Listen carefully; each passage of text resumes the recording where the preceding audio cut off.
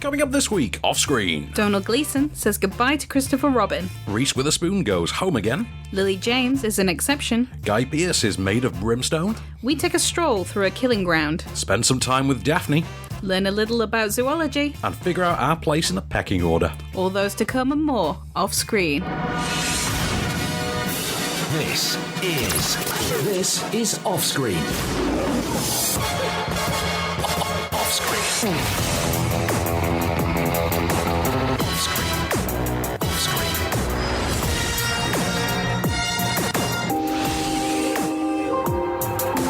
With the latest film news and reviews, this is Off-Screen, the on-screen radio show.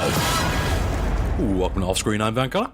I'm Kelly Needham. So, thanks for stepping in for John, who in turn is stepping in for Case. There's a lot of stepping in lately. There's a whole stepping in process. It's like a step up. We're like a new step up movie, that's what it is. Step up 27. This time it's personal. No, that made me feel a lot better, because otherwise I feel like I'm like sloppy thirds. No one's ever calling you that, Kel. So, okay, before we get to film reviews, we're going to start with Reese Witherspoon, and it's all going to go downhill from there. Nice. I'm kidding. Reese Witherspoon is not the high mark. I was going to say, low. that's a bad time if Reese is the high point. But before we start with the film reviews and the news, the box office top 5, and all the usual fun, and tons of competitions. Ooh. Like literally, we don't even do films anymore. We just do competitions. That's it. I like that. We're competitions with the side of films. So, I think that's what the people want. That's it. We're giving the people what they want, which are ludicrously overpriced special edition Blu-rays. Anyway, give me some film news to start us off. Give us a piece of what's been going on in the filmosphere. Well, do you know what? I'm going to ask you about this because I know you're the Star Wars guy. You're at least my Star Wars guy. So what's going on with J.J. Abrams here? Paramount apparently pretty unhappy with him. Okay, no, there's a reason for that. So it turns out that Paramount aren't very good at films. Okay. Right, I don't know if you noticed that. Paramount are not brilliant at films for the last few years. Give me an example. So, Baywatch kind of tanked. I loved it. I saw it with you, if you remember. Yeah. Well, Baywatch didn't make an awful lot of money, so that kind of let them down. And, Transformers is kind of the only thing that's making them any money at the moment. Ooh, that's bad times. And that's only really because presumably they sell it in China and the people doing the dub actually create their own plot that makes more sense. Sure. But yeah, every film they put out seems to be bad. And the closest they've had to something of remarkable quality lately is Mother, which they had to actually go to bat for and defend. So making money is not something they're doing very well at. You'd think they'd be used to it then by now. You would. However, they did have J.J. Abrams under contract, and they've had him for many, many years. He gave them 2 Star Trek movies. He gave them Cloverfield. Ah, of course. No, he didn't give them Cloverfield. Sorry, he produced Cloverfield. I was going to say, So it's 2 Star Wars, 1 Mission Impossible, then he produced 2 more for them. He produced a 3rd Star Trek. He's as big a producer for them as he is a director. And basically, he's made them something like $12 billion in the last decade.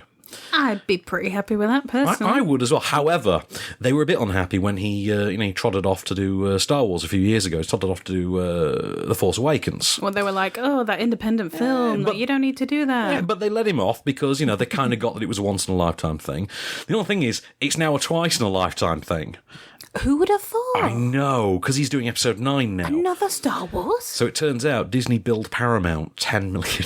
Ooh, mind you, that's sorry, not Paramount billed Disney, $10 million for taking their director away when he had a film on the books with them that they know would have earned them $1 billion. Surely Disney's like, I laugh at 10 million. Well, yeah, Disney's like, we're making another Star Wars, man. Come on. We're bathing in money over here. Yeah. we're bathing in galactic credits. That's what that is. Because that's the unit of Star Wars currency, I think. But I'm going to say yeah. I think it's... Republic credits. That was it. But you notice, the tiniest of details in these films. It's a whole plot point in episode 1. Is it? Yeah. Oh, episode 1. Episode 1. Yeah, it's fine if you didn't pay attention. No one paid attention to episode 1. It's fine. Yeah. It's fine. Yeah, don't worry about it. No one paid attention because no one knew it sucked for about the first 3 months that it was out. Don't worry. But it's only when the dust settled. From everyone knew. Well, when the dust settled, then we all agreed it was terrible. Anyway, so they had to... they billed Disney for taking their director away. 10 million, not billion. Sorry, 10 million. That would be... a bigger sum. That's more than they paid for Star Wars, but there you go. Poor Disney. Yeah. So poor Disney. But J.J. Abrams must be like, I don't care. J.J. I'm not getting Abrams fined. is in his 50s now. Is he? Like 51. I see. I would have thought he was like 70 by now. Well, look at the picture of him. Look, that guy's 51. Dad. I mean, he's looking good. He is, isn't he? Like, yeah, good for you. You got a whole... he's going to have that Ted Danson thing when he hits about 65, where suddenly he ages 30 years overnight. Yes. Yeah. because that dude looks old. He does now. I'm a big fan of The Good Place, but... Me too. By the way, it's back. Have you seen? I know. So good. Season 2 on Netflix. I know. I'm so happy that people in the UK are watching it as well, which is brilliant. Well, I'm only watching it thanks to you. Oh, well, I know I recommended it like a year ago, but now that it's actually on UK Netflix, just regular everyday people are watching it and loving it, and I'm so happy about it. Yeah, good times. Yeah. Okay, so let's talk about our first film of the week, which is a relatively upbeat one. Is it film of the week? Is that a spoiler? I'll tell you what, I'm going to make you wait till the end of the show, and then I'll tell you. Every time. Okay, so Home Again, which is written and directed by first-time filmmaker Hayley Mayer Shires, who is the daughter of Nancy Mayer, of rom-com royalty. Of all those sort of Meg Ryan-y kind of... Right. The Meg Ryan-y, Kate Hudson-y kind of rom-coms of the last 20 All years. the good ones. All the good classics. Ones. Her first film. Right. What was the McConaughey thing? Oh, God, was that Failure to Launch? Oh, is that what I'm thinking of? That's the one. Oh man, that was bad. That wasn't hers.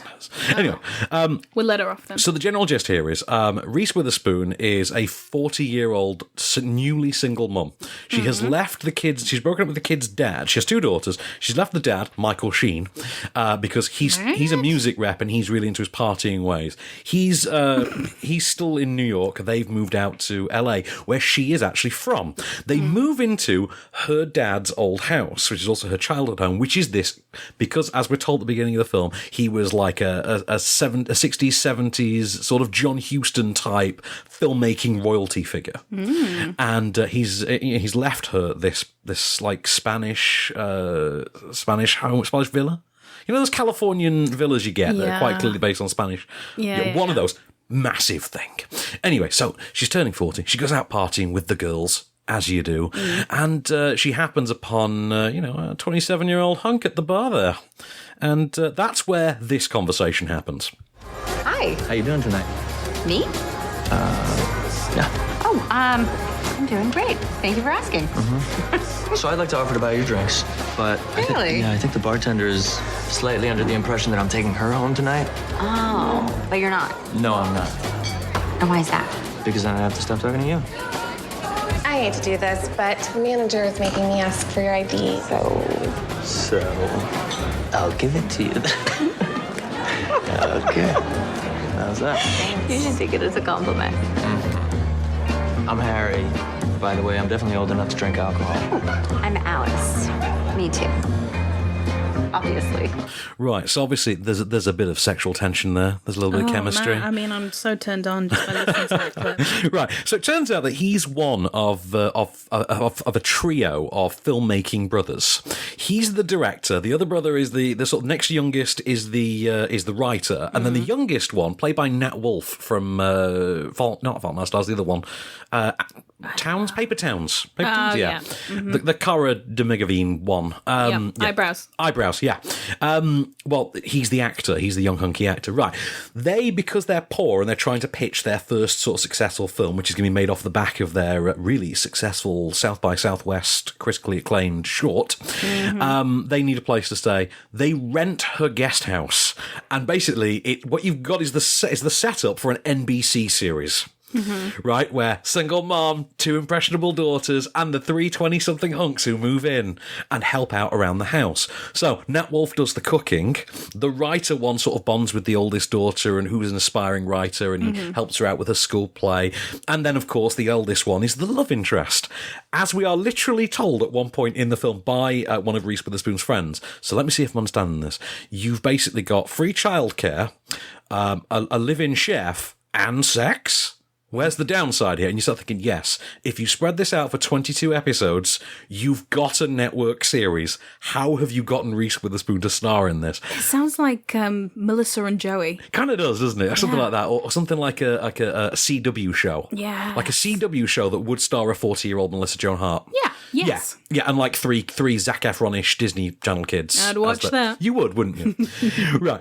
Now, here's where it actually surprises me. It's not all bad.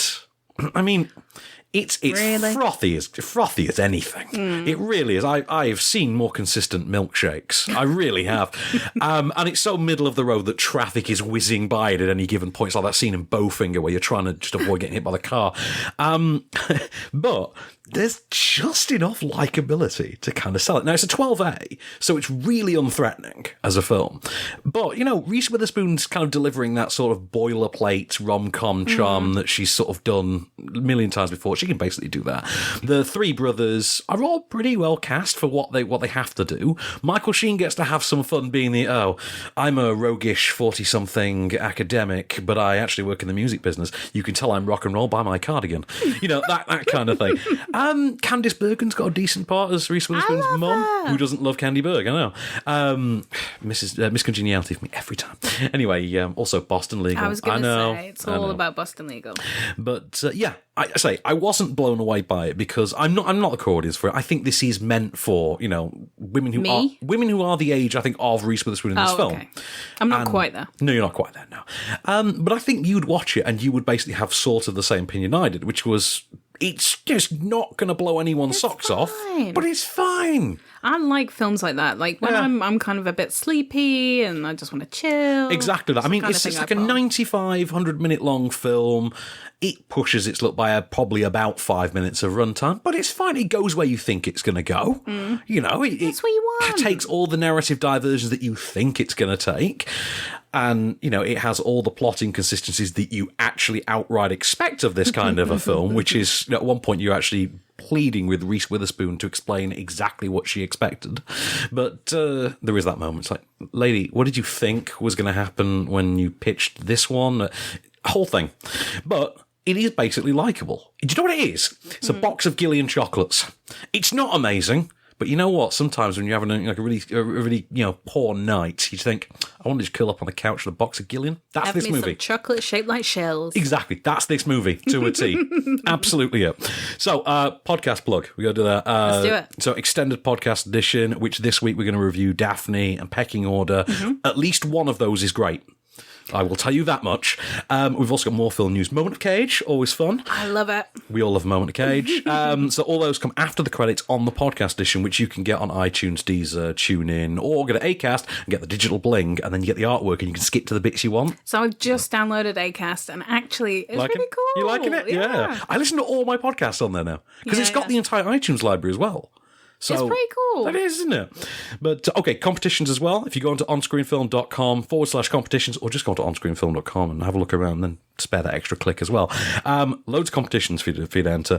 You can win My Life as a Courgette on Blu-ray with a t-shirt, and that's an amazing movie. An amazing animated movie. By complete coincidence, we also have another amazing animated movie, The Red Turtle. We have that. See, I still haven't seen it. Oh, it's so good. It is so good. It's basically a silent film. I don't want to cry. I don't know if you'd cry. You might well cry. It is very good. It is very good. And also that Jodie Whittaker series, Trust Me. Oh, I really want to watch that. I didn't get to watch it. I really want to watch it. We're giving away the complete series. She's the new Doctor Who, right? She is, yeah.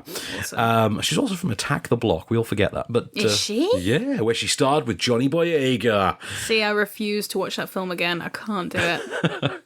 Well, anyway, also, as of Monday, we will be giving away DVD copies of The Exception, which both you and I have seen, and we are reviewing in about half an hour, I think. So, Very good. onscreenfilm.com, competition section, get on it.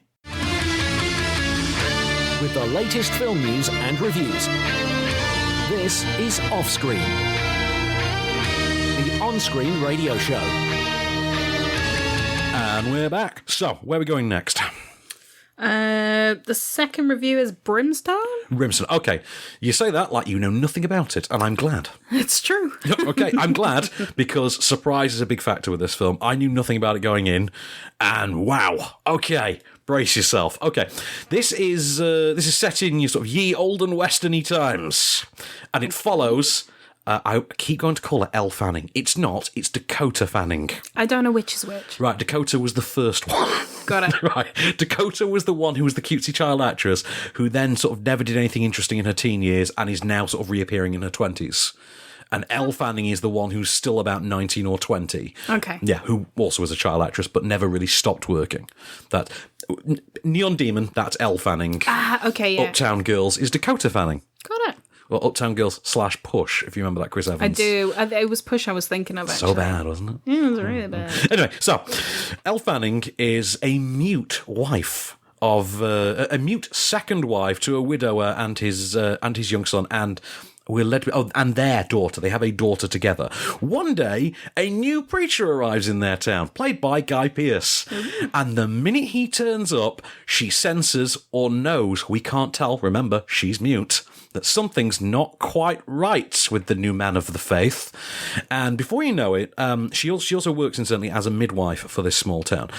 Right, she's having a difficult delivery, and she's forced to choose between the baby and the mother.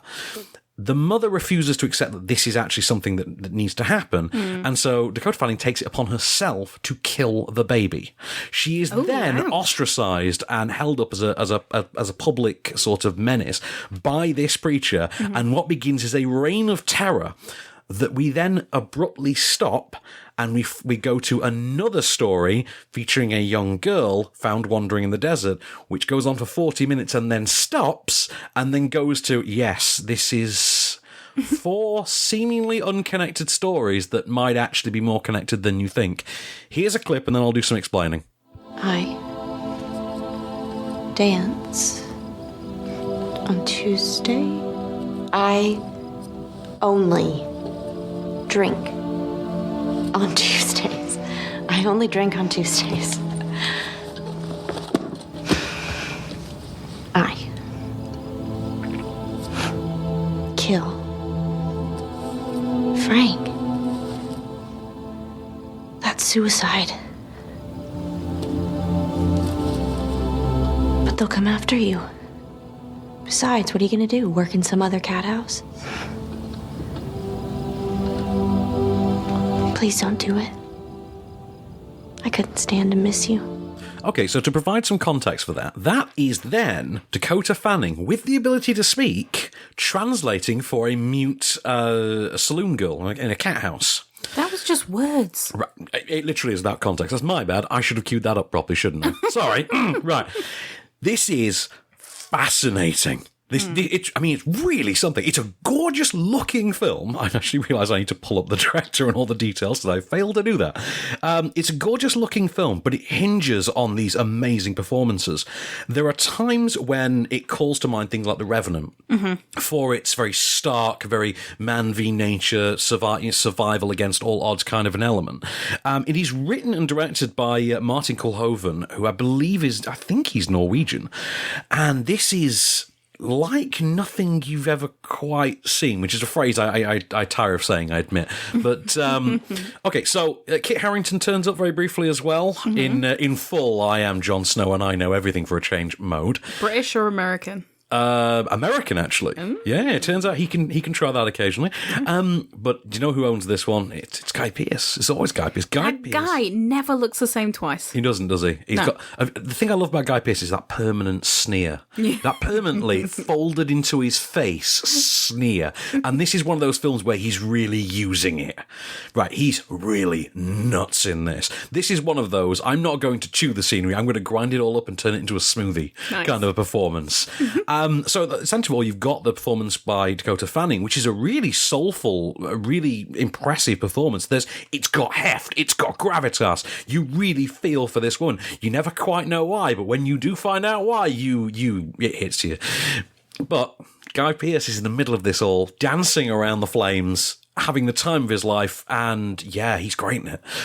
Only complaint I'll make about it, right, is as I've explained it to you, it is basically 4 chapters, and they are literally opened as chapter 1 and then a title. They all named actually after significant parts of the Bible because of the faith element. It feels weirdly like this was an HBO event series and we're just binge watching it. And in this day and age, even the cast don't particularly sort of mean that couldn't have been a thing. Yeah. I do feel like if this had opening and closing credits on each of those 40-minute chapters, I would have watched this as a series, and I would have loved it all the same, actually. It wouldn't have changed how I feel about it. Yeah. I just think it's a really weird thing to note, because they're almost exactly 40 minutes, these segments. How weird. It is very strange. It is, though, really, really good. It is so worth seeing. I'm dubious. You might be dubious. Just trust me, though. Take the gamble. It is a bit of a long one. Right, it's 2 hours 28. It is a long one, and for some reason, when it's one of these Western type films, for some reason it always feels longer. Yeah. But because The Revenant being nearly 3 hours did not help matters. But no, so worth checking out. Really something. But there you go. Give me a piece of quick film news then. Something. What we got? Well, apparently Zack Snyder's come out of hiding. Oh, he has, hasn't he? Yeah, but he said, I'm not going near Justice League. Because he thinks he's been away too long, and Joss Whedon's now done too much work on it, that he thinks it's not my... He's about so it's not a shame thing. It's not a shame thing. No, if he had any sense of shame, we would have gone into hiding the minute Batman v Superman's closing credits came up. As we all did. Yeah, most of us hid ourselves under our pillows at that point, but wow. It's on Now TV all the time. It's still better than Man of Steel, though, to be fair. No, I don't even think that. Don't even think, because the first half of Man of Steel I can almost defend.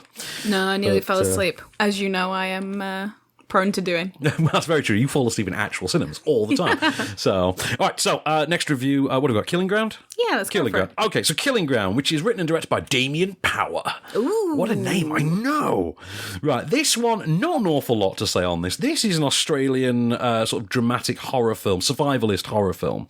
It centres around a couple who go for a romantic anniversary, New Year's camping weekend. Mm-hmm. They've literally gone to camp in the middle of nowhere and rein in the new year. No sooner do they get there than they encounter a young couple with two kids there as well, a newborn baby and a teenage daughter. And next thing they know, they've gone for a stroll. They found the couple have vanished. The daughter is being threatened by two strangers, and they find the baby abandoned nearby. And what follows is a sort of Australian Eden Lake, where they're all fighting for survival against these two nutters, one of whom is named German. Here's a clip. Hello. What are you doing? Did I scare you? Where's Mum and Dad? Don't know. What are you doing? Nothing. Just relax, okay? Just get away from the car. I'm not going to hurt you. Just get away.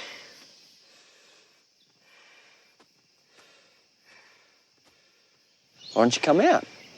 Oh, yeah, it is really sub-Eden Lake. Like, I mean, and that was an awesome film. I loved Eden Lake. It's one of the few films I like Jack O'Connell in. I mean, consider what that must mean. I mean, really. That means the stars aligned not once, but twice for me to enjoy a Jack O'Connell performance. Because obviously the other one being Money Monster. This just doesn't have any real sort of anything, any nothing really about it. It doesn't have that sort of engaging, visceral nastiness of Eden Lake, or even the sort of gripping survivalist element of that. It kind of just meanders through, really. I mean, it does ultimately feel like just a bunch of people walking in some woods, and two of them are just a bit scruffy. And I think the ultimate test of these things is, did you come out of it exhausted? Not exhausted, but I mean, it's not even 90 minutes. It's like 88 minutes long. It still somehow feels too long. It all just feels a bit worn and a bit done to death. And you're not exhausted by it, but you're never engaged by it. You kind of just stare blankly at it. And it just happens. It just happens. I mean, Damien Power, his script isn't particularly insightful. His direction is not really bringing anything of interest to the table. There's nothing in there that's going to wow you or dazzle you or really captivate you in any way. And really, there's no one on the performance front that leaps out. I mean, they're all basically unknowns in here, and you do come away just going, that was a film that happened. It was a film that exists. I can say nothing more about it. And I think, to be fair, that's pretty charitable. It does smack of the kind of cheap and cheerful film that sort of gets dumped at like Fright Fest. Yeah. Somehow gets picked for Fright Fest. One of those that's within the agenda somewhere, kind of in the middle. Gets minor buzz for about 5 minutes after the screening before the next screening starts, and then no one ever talks about it again. It's basically that. Oh, man. Yeah, which is a shame, but, these things happen. And, this year's Fright Fest, they had Cult of Chucky. So, if this, and this wasn't showing this year, but if it was, no one would have talked about it for 5 seconds anyway, because, hey, Chucky's back. With the latest film news and reviews, this is Offscreen, the on-screen radio show.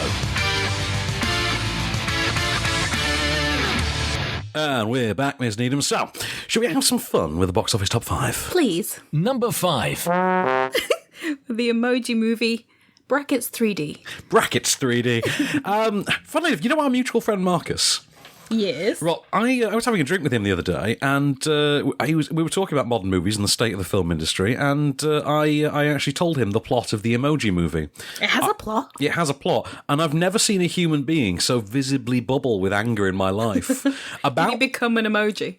That red-faced one, that entirely red-faced furious one. Yeah, he did. Imagine that with a big old hipster beard, and you've got Marcus. About the point that I told him that they get rescued by the Twitter logo, a flying version of the Twitter logo, I genuinely thought he was going to have an embolism. Do you know, I'm so desperate to see this Right, film. it is. It's not the worst film out at the minute. It's not even the worst film in the box office top 5, because I'd argue number 1 is far worse. It is what it is. I mean, it's one of those sort of cheap cash grabs like kind of Angry Birds where there is some creativity in there. You've got to give it credit. There's some creativity in there, but it is creativity that is clashing with the attempt to simply just do a cash grab. Sure. And the problem with the Emoji Movie in this case is that all that's wrapped up in let's be as corporate as we can possibly be because I really want to charge Facebook for sticking their logo in there. But you know what? I laughed like 3 or 4 times faintly, so I'm okay with that. Sure. But have you got any tweets for me on this matter? I do. Has anyone seen it and want to comment on it? I do. Now, I think this person's famous and I ignorantly don't know who they are, but I loved this tweet so much. So, Christian McCrea? No, I don't know. Okay. Anyway, prepare yourself. Okay. The Emoji Movie is a wolf howl from the hill, and we're all sitting by a warm fire hoping it's just a dog. More films like it are coming. I just thought, like, how dramatic. There is a Tetris trilogy coming. So, what? Yeah, there is a trilogy of films based on Tetris coming. So, make of that what you will. Number 4. Hello, Mother dear. Of course, it's Mother! Exclamation point. Yes, it's lowercase m, exclamation point at the end. Now, let's be really frank. If you're looking for a good time at the cinema, don't go and see Mother. That's not to say Mother isn't any good. Mother's a very good film. It's a terrible movie, but it's a good film. It's an excellent film. But it's one of those where you have to really differentiate the terms film and movie. You know what I mean? In the old school traditional Hollywood sense. Sure. Right? Taxi Driver is a film. Guardians of the Galaxy is a movie. Got it. Yeah, you get what I mean? Got it. Yeah, this ain't nobody's popcorn or date movie. And frankly, if it were, I'd be very worried about yourself.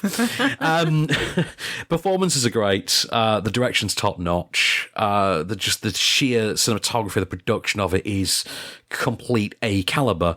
The problem is it's not an easy watch. It's a film that you have to sit and academically study for weeks afterwards to actually properly process. I've read 1,000,001 different think pieces on it now, and it's become a hobby. It's actually become its own centralised hobby, just researching Mother. Like, this is what I do on... What, as in, like, what happened, or just, like... Different people extrapolating different meanings from it and different thematics, and it is one of those. It's one of them that make me feel stupid. Yeah, it's kind of like that. Do you know what? That's perfectly serviceable as an explanation. What does Twitter? Because Twitter always has very differing opinions. Give me something. What we got? It's true. I think most people kind of agree with you, but this one probably puts it pretty perfectly. Okay. This is by Movie J. Movie J. I know of Movie Bob. I watch Movie Bob's videos all the time. Well, this is Jay, his friend. Movie J. Okay, so Movie J and Movie Bob, they need to team up. But Movie Bob needs to shut up then. Yeah. Which You've got to be silent, right? Yeah, it's a shame. I don't know. So he says, as a blockbuster, #Mother Movie is a flop because general audiences are cats whose entertainment is limited to chasing laser pointers. Well, do you know what? Theoretically, if you really boil it down, not inaccurate. Like I just said, it's the difference between Taxi Driver and Guardians of the Galaxy, yeah. That's fair. Is there an opposing one? Do you have an opposing tweet for it? Do you know, like, most of the tweets were kind of, oh, I get it's arty, like, it's not that great to watch, but, you know, it's kind of art. Like, that was basically the gist of Twitter. Yep. Do you know what? I'll go with that. I think the public have spoken, and for once the public and I kind of agree. Number 3. Victoria and Abdul. It's so lovely. It really is. I just want to watch it again with a scone and a really nice cup of Earl Grey tea. What's on the scone? well, clotted cream, obviously, and some jam. Cool, I'm in. But I want to do that and then chase it up with some samosas. That, I feel, is a balanced way to watch it to an adult. It is so lovely and so funny and charming, and then when it gets to the darker elements, it's kind of depressing and sad and miserable, but then it gets back to being charming and funny.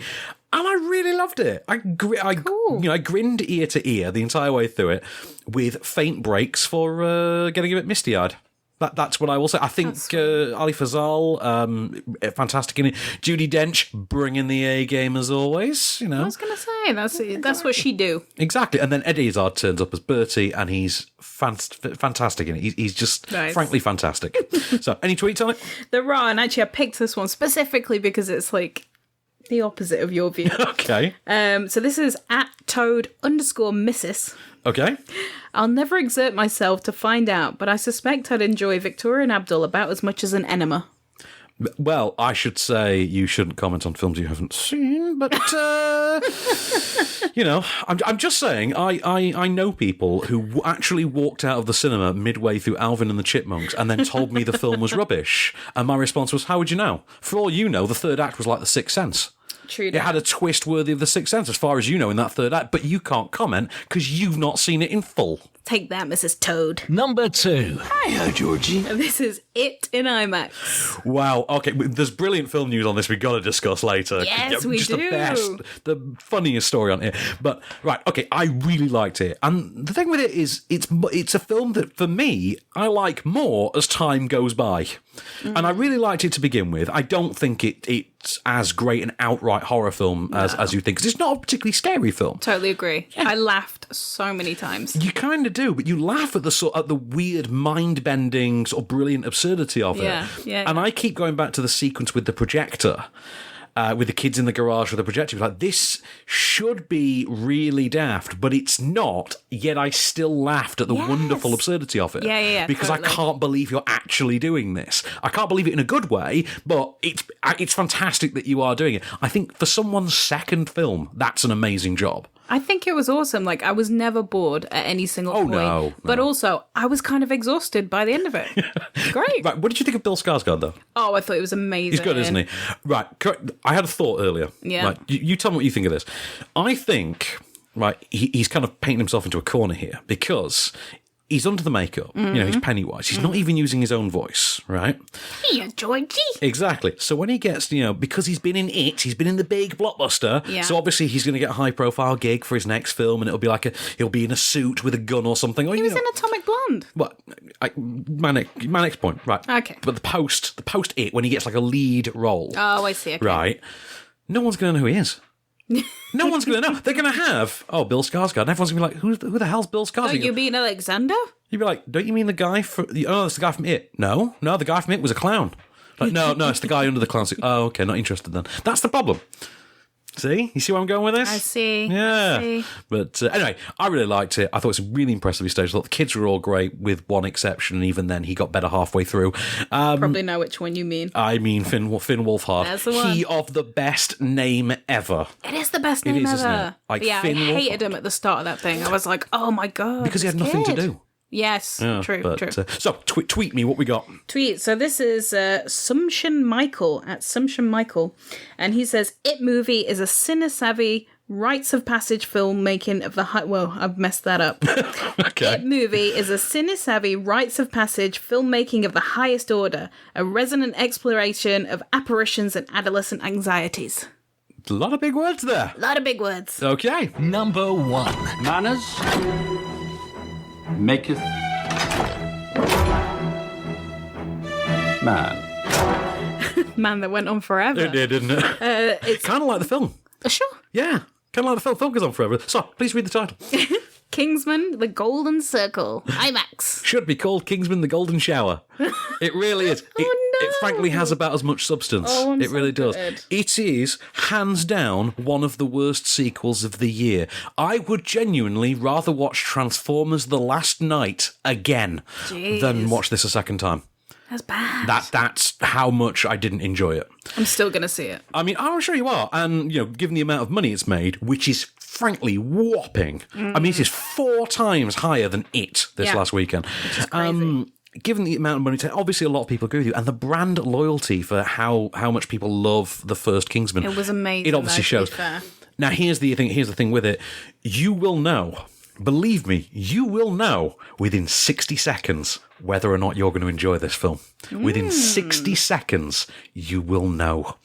Because, without going into spoiler territory, the first 60 seconds of this film feature a returning character who shouldn't be there. Not the one you think, either. They've not given it... Well, actually, they kind of did get away, but not quite.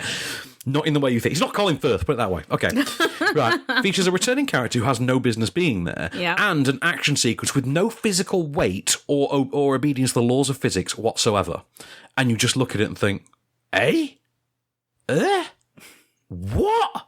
And you're doing that and you do that for the first few minutes. You just sat there like sort of squinting your eyes, trying to work out what's happened here. And then after about 10 minutes, you kind of start looking at your watch. It's a film so ludicrously constructed that it doesn't even obey its own internal sense of logic. It itself does not make any common sense in relation to not only itself, but its predecessor, the film that came before it, which, if you remember, was this quite nasty, brilliantly cynical, kind of slick spy satire. No, now you've basically got an R-rated Austin Powers. Oh, and that's a problem. I mean, remember the gag that ended the first movie? Imagine a 10-minute long version of that, and you've... Oh, by the way, they didn't just take one thing from that gag. You know the gag as well. Yeah. That gag at the end of the film. They didn't just take the gag and blow that out to 10 minutes. They took the girl from that gag and gave her an entire subplot. But there was another girl that was so much better. Well... If you actually consider for 1 second what the plot of Kingsman 2 is, you know she's not getting much screen time. Oh, man. Yeah. And there's a lot of that going on. Although, it should be mentioned, all of this takes place within a film in which, apparently, Americans cured death. So... Well, yeah, we all know that. Yeah, totally. Americans chantator, you know? Hashtag Trump's America. Exactly. There is a gag about the Trump administration, incidentally, which might actually be the only clever thing in the film. Nice. I'm not even kidding. So, give me a tweet. What we got? Well, I've got to say that Twitter highly disagrees with you. Oh, I'm sure it does. Yeah. Because people don't like to admit that they've paid money for something they haven't enjoyed. Yeah, true. So we've got Ultimate Kiko here. Okay. And he says, Kingsman The Golden Circle certainly upped the ante with super fun, ridiculous mayhem from start to finish. I'll go with ridiculous, yeah. Well, what can I say? If your idea of a good time is an even worse version of Men in Black 2, congratulations, this film is for you. So, real quick review for Goodbye, Christopher Robin? Let's do it. Okay, so Goodbye, Christopher, you can't have missed the marketing on this one. I hate Christopher Robin, as a rule. You actually hate the character? Yes. Or the real boy?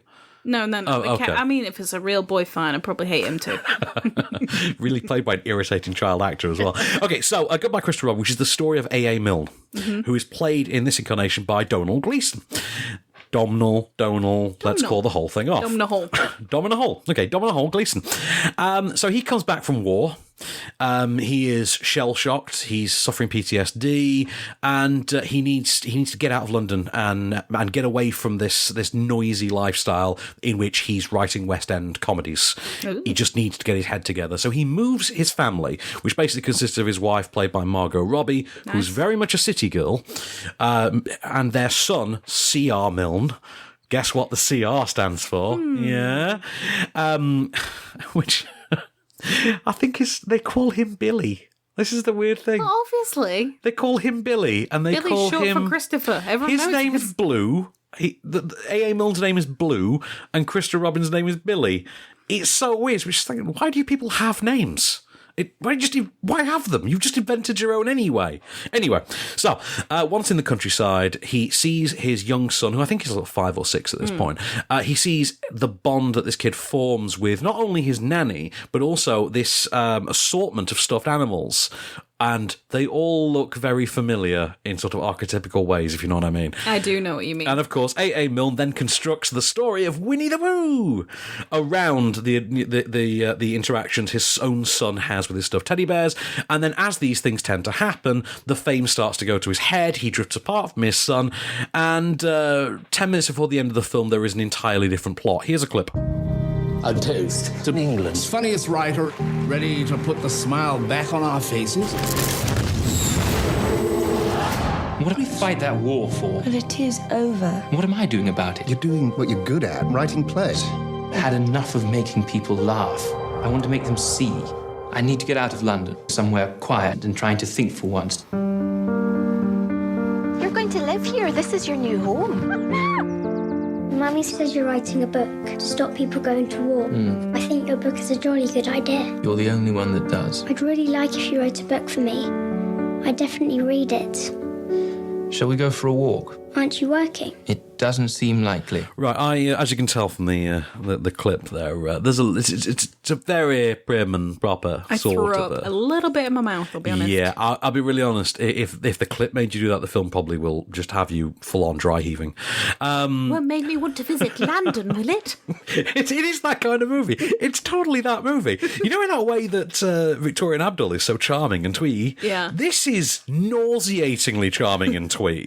Will Tilston, who plays the young Christopher Robin, it's just infuriating. I mean, he's a good little actor, but there's something about him that's just infuriating. And then they cast an actor to play him in his later teenage years, and frankly, then he's just mopey and boring. So he's a teenager. Now, I did very much like Donald Gleeson in it, but it is not a performance a million miles removed from anything we've ever seen Donald Gleeson do before. Yeah. Frankly, if you saw his brilliant Nazi speech moment in The Force Awakens, you've seen better work than you've got here. And he's the lead here. Now, I'm very glad he's the lead because Donald Gleeson needs to be a lead more often.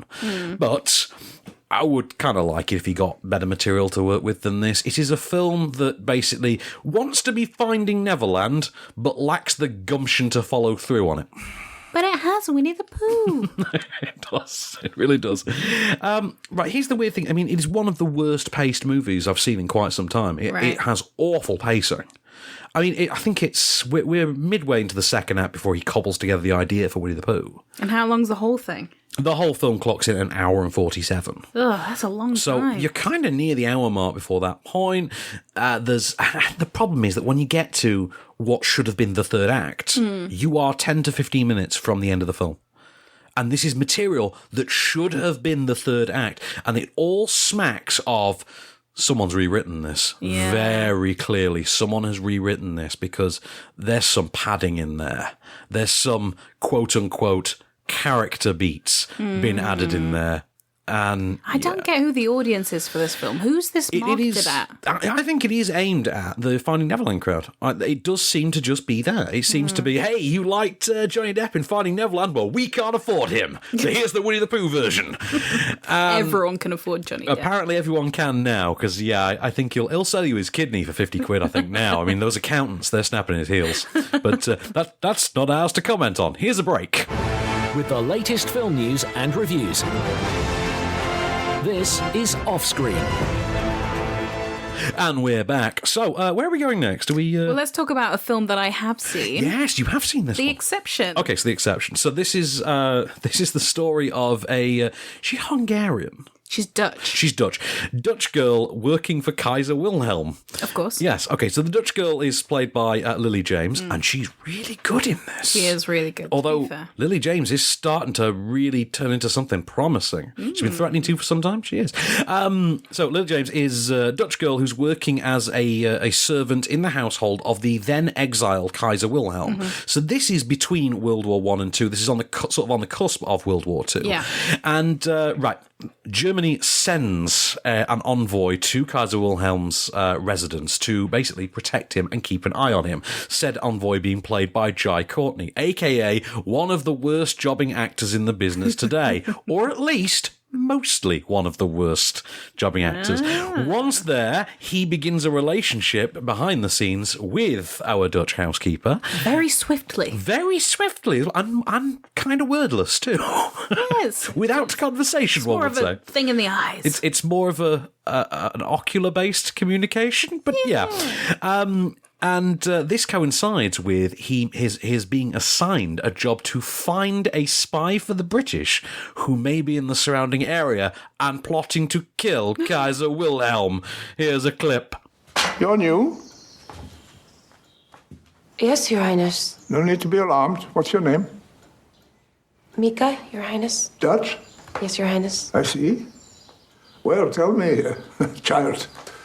Would you have invaded Holland? What? If you had been in command of the German army, would you have invaded Holland? Why, yes, Your Highness, of course. I see. And what precisely is your military objective? Well, it's very nice. What is? Holland. So, Lily James there as our Dutch housekeeper. I forget her Had an name. awesome accent. She really did, didn't she? She's flawless. Mika, that's her name. Mika, yes. Yeah, and he's Stefan Brandt, isn't he? Jai Courtney. Captain Brandt or something. I almost said Kai Jortney. Kai Jortney, yeah. He's so forgettable, you probably could call him Kai Jortney and no one would notice. You mean Tom Hardy Mark II? Tom Hardy Mark II. No, he's the guy you get when Sam Worthington is busy. That's generally speaking. Yeah, it is. That's why he was the lead for the next Terminator movie, and Sam Worthington had done the one before. That's totally it. We have news on that. We do, yes. Okay, now there are some great performances in this. I think, as we point out, Lily James is really something here. She's really and good. She's just got this tremoring presence that you can't help but just sucker for. There is something captivating about her in this. But it's not immediate. No, At first you're kind of like, what is going on here? I don't really get... And then you kind of fall in love with her. She draws you in, doesn't she? Jai Courtney, I'm going to give it to him. He's pretty good here. Dude was awesome. Dude was pretty good, He was. I didn't even know it was him. Did you not? No, I was like, oh, it kind of looks like Tom Hardy. Kind of like Jai Courtney. I didn't realise it actually was him. Between this and Hacksaw Ridge, I may be forced to... I have this feeling I'm going to be forced to revise my opinion on Jai Courtney at some point in the future. I'm not saying it's going to happen, but it might. He's threatening. Yes. I liked Crystal Plummer as Kaiser Wilhelm, but... He was brilliant. My MVP, even though he is tragically wasted by this film, Eddie Marsan as Himmler. He was... Was he Himmler or Goering? I can't remember. No, it was Himmler. He was amazing. He I was, wasn't he? hated him instantly just from looking at his face. But you wanted so much more of him, didn't you? Yeah. Yeah, and it's a real shame because he really acts the hell out of that part. And I actually heard from Eddie Marsan that he was this character. No way. Yeah, and Name dropper. I know. Clunk. But I'd never seen a clip, and I'd kind of forgotten in the week between that and actually seeing the film. I'd forgotten, and then he turned up. I'm like, oh, it's Eddie Marsan. And then a couple of minutes later, I'm like, wow, he's really good in this. And then remembered, oh yeah, it's Eddie Marsan, of course he is. But yeah, wanted more of him. Directed by David Laveau, not written by, I think it's the first film, David Laveau. It's an adaptation of, is it The Kaiser's Last Kiss or something like that, the novel? It's a novel. I was going to say, is it a real story? Is it based on I think true it's Kaiser's Last Kiss. No, it's a fictionalised account of the final days of. Got it. No, that's the thing. I'm gutted. Yeah, so obviously his death happened. This is the events leading up to it. So spoiler, if you didn't know that Kaiser Wilhelm died, because it is like 70 years later now, so you might have sussed that he's not around anymore. Just putting that out there. Not played by Crystal Plummer, but yeah. Can't be too careful. No, I liked it. I mean, I think it suffers from a periodic case of slightly too much ambition. Like, there are points in it, and I'm sure you'll back me up on this, where you get the very distinct sense that it really wants to actually be taken as an erotic thriller. Yes. And you think, okay, are you going to go down this route? Because if you are, hats off to you, because that never happens anymore. Yeah. And then, of course, they fall back on the spy thriller thing, and okay, so really we're just kind of doing Allied again. And then, okay, and then it's a wartime chamber piece. And the problem is, it has all this ambition, but doesn't really follow through with any of it. And it becomes a case of we've just got different cards being laid one on top of the other, and what you've got is sort of mishmash at the end of it. The performances are good enough, actually, though, to weather through it. Yeah. And you're never really bored. I wasn't bored. It's lovely looking. And it's not my cup of tea. Like, when I first kind of read the synopsis, I was kind of like, oh, no, Nazi wartime. But it's pretty enjoyable. It's quite light, not in terms of, it's light-hearted. Oh, no, God, no. In terms of it's not some hard-hitting historical epic. But no, it has got popcorn appeal in a very strange way. There is definite popcorn appeal in there. It's a good old-fashioned period piece romantic thriller kind of a thing.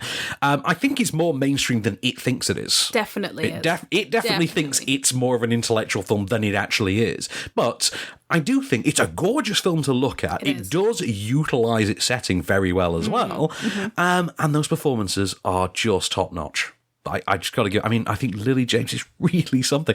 And I watched this the day after finally getting to see Baby Driver again. And I love her in that movie so much. I've still not seen it. I met Lily James. Clunk. Clink, I met her, but when no one knew who she was, when she was in Cinderella. I was going to say, she was Cinderella. She was in Cinderella, and I met her. Wow, she's lovely and very charming. She's brilliant in this film. And I really expected we'd never hear from her again. I really proved you wrong. Yeah, after Cinderella, I thought, well, we're never going to hear from her again. But I didn't realise it was her that played Cinderella, though, so maybe that's what it is. She's like a Guy Pearce. Okay. Never looks the same twice. That's very true. That is very true. Okay, we're really pushed for time, so we better actually kind of wrap up and then go to the podcast extras and cram all the extra news in there. So don't forget, podcast edition if you want more news, more reviews. There's a Russian movie about a chick with a tail. Where do you get that? You're not going to get that anywhere else. So, yeah, you're not going to get that on Desert Island Discs. So, we need to pick a film of the week. What's it going to be? I'm giving it to Brimstone. Woo! And not just because it also shares the name of a really awesome cancelled TV series from about 15 years ago, from about 20 years ago now. No, Brimstone, really worth checking out. Like, definitely go see Brimstone if you get the chance. It is 2.5 hours long. It will get you thinking briefly, but it will also entertain you, and it will tickle that little spot you've got left over from after The Revenant. That's sweet. So, yeah. So, next week, we've got some interesting stuff to come next week as well. What's coming up? Okay, so next week, we've got The Glass Castle. Oh. Starring in Miss Brie Larson. It's a Shane Case, isn't it, right? It's going to be a Brie Larson movie. We've got a reissue of Blood Simple, the old Coen Brothers movie, that old classic. We've got Idris and Winslet in one glorious mountain set package. The Mountain Between Us. Oh, it was an anticlimax. Yeah, I know. But this is the one that they're strangers, who survive a plane crash and have to survive on a mountain together. Sounds cool. I'm sure most women would love to have to survive on a mountain with Idris Elba. Nah, I'm not going to say no. We've got The Reagan Show next week. It's a documentary about the Gipper. I'm looking forward to that. And, well, there's this sequel people have been murmuring about for a while. What's that? It's got Han Solo in it. It's got the dude from The Notebook in it. What? It's Blade Runner 2049!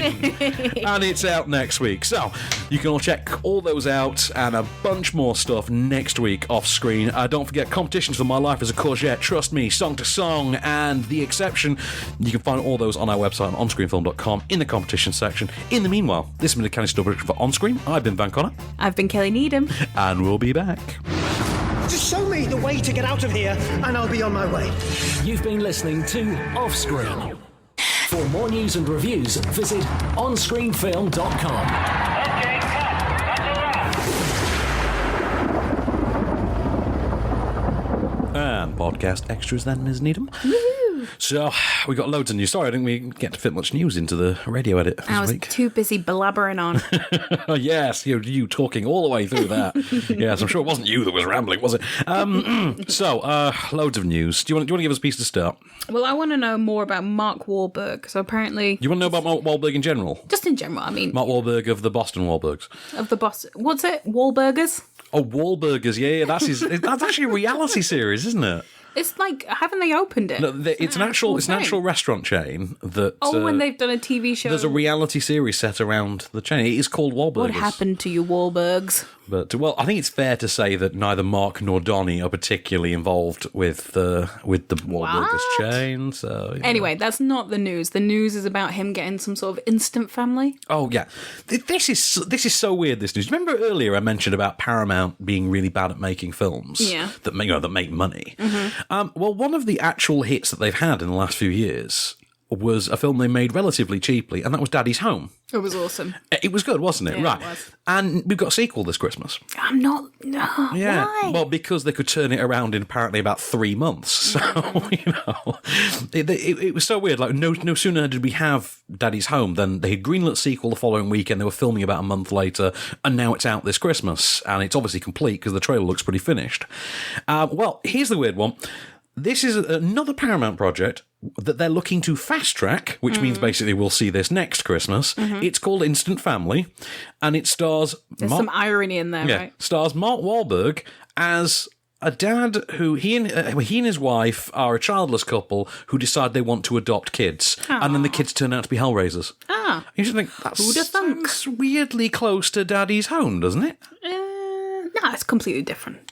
Yeah. And, having an instant family that you sort of acquire, that's totally different to Daddy's Home. Yeah. Totally different. Yeah. I mean, if you did just get Linda Cardellini to play the wife, I mean... What? That's inspired. Inspired, isn't it? But you know what? I'm sure they'll make it for like 25 mil and they'll earn about 150 back, so Paramount can call that a win. Sure. So, yeah, let them go for it. But, it'll these things happen. So let's stick with some news. Come on, let's keep going for a little while. What we got? Well, apparently, Amityville: The Awakening. Oh, God. Is coming out. Finally. I think but it's... not as you think it will. Not as we thought. I think this is 3 years late.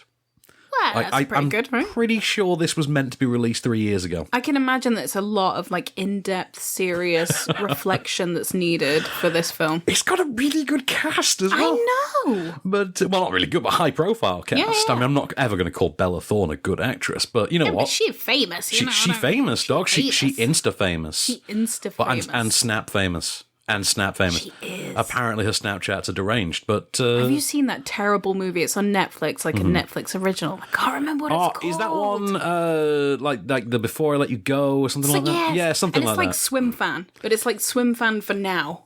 Yeah, funnily enough, I have got this on my watch list, and I've just not got around to it. Is that the one? Does it start? It's either Chloe Moretz or Halston Sage.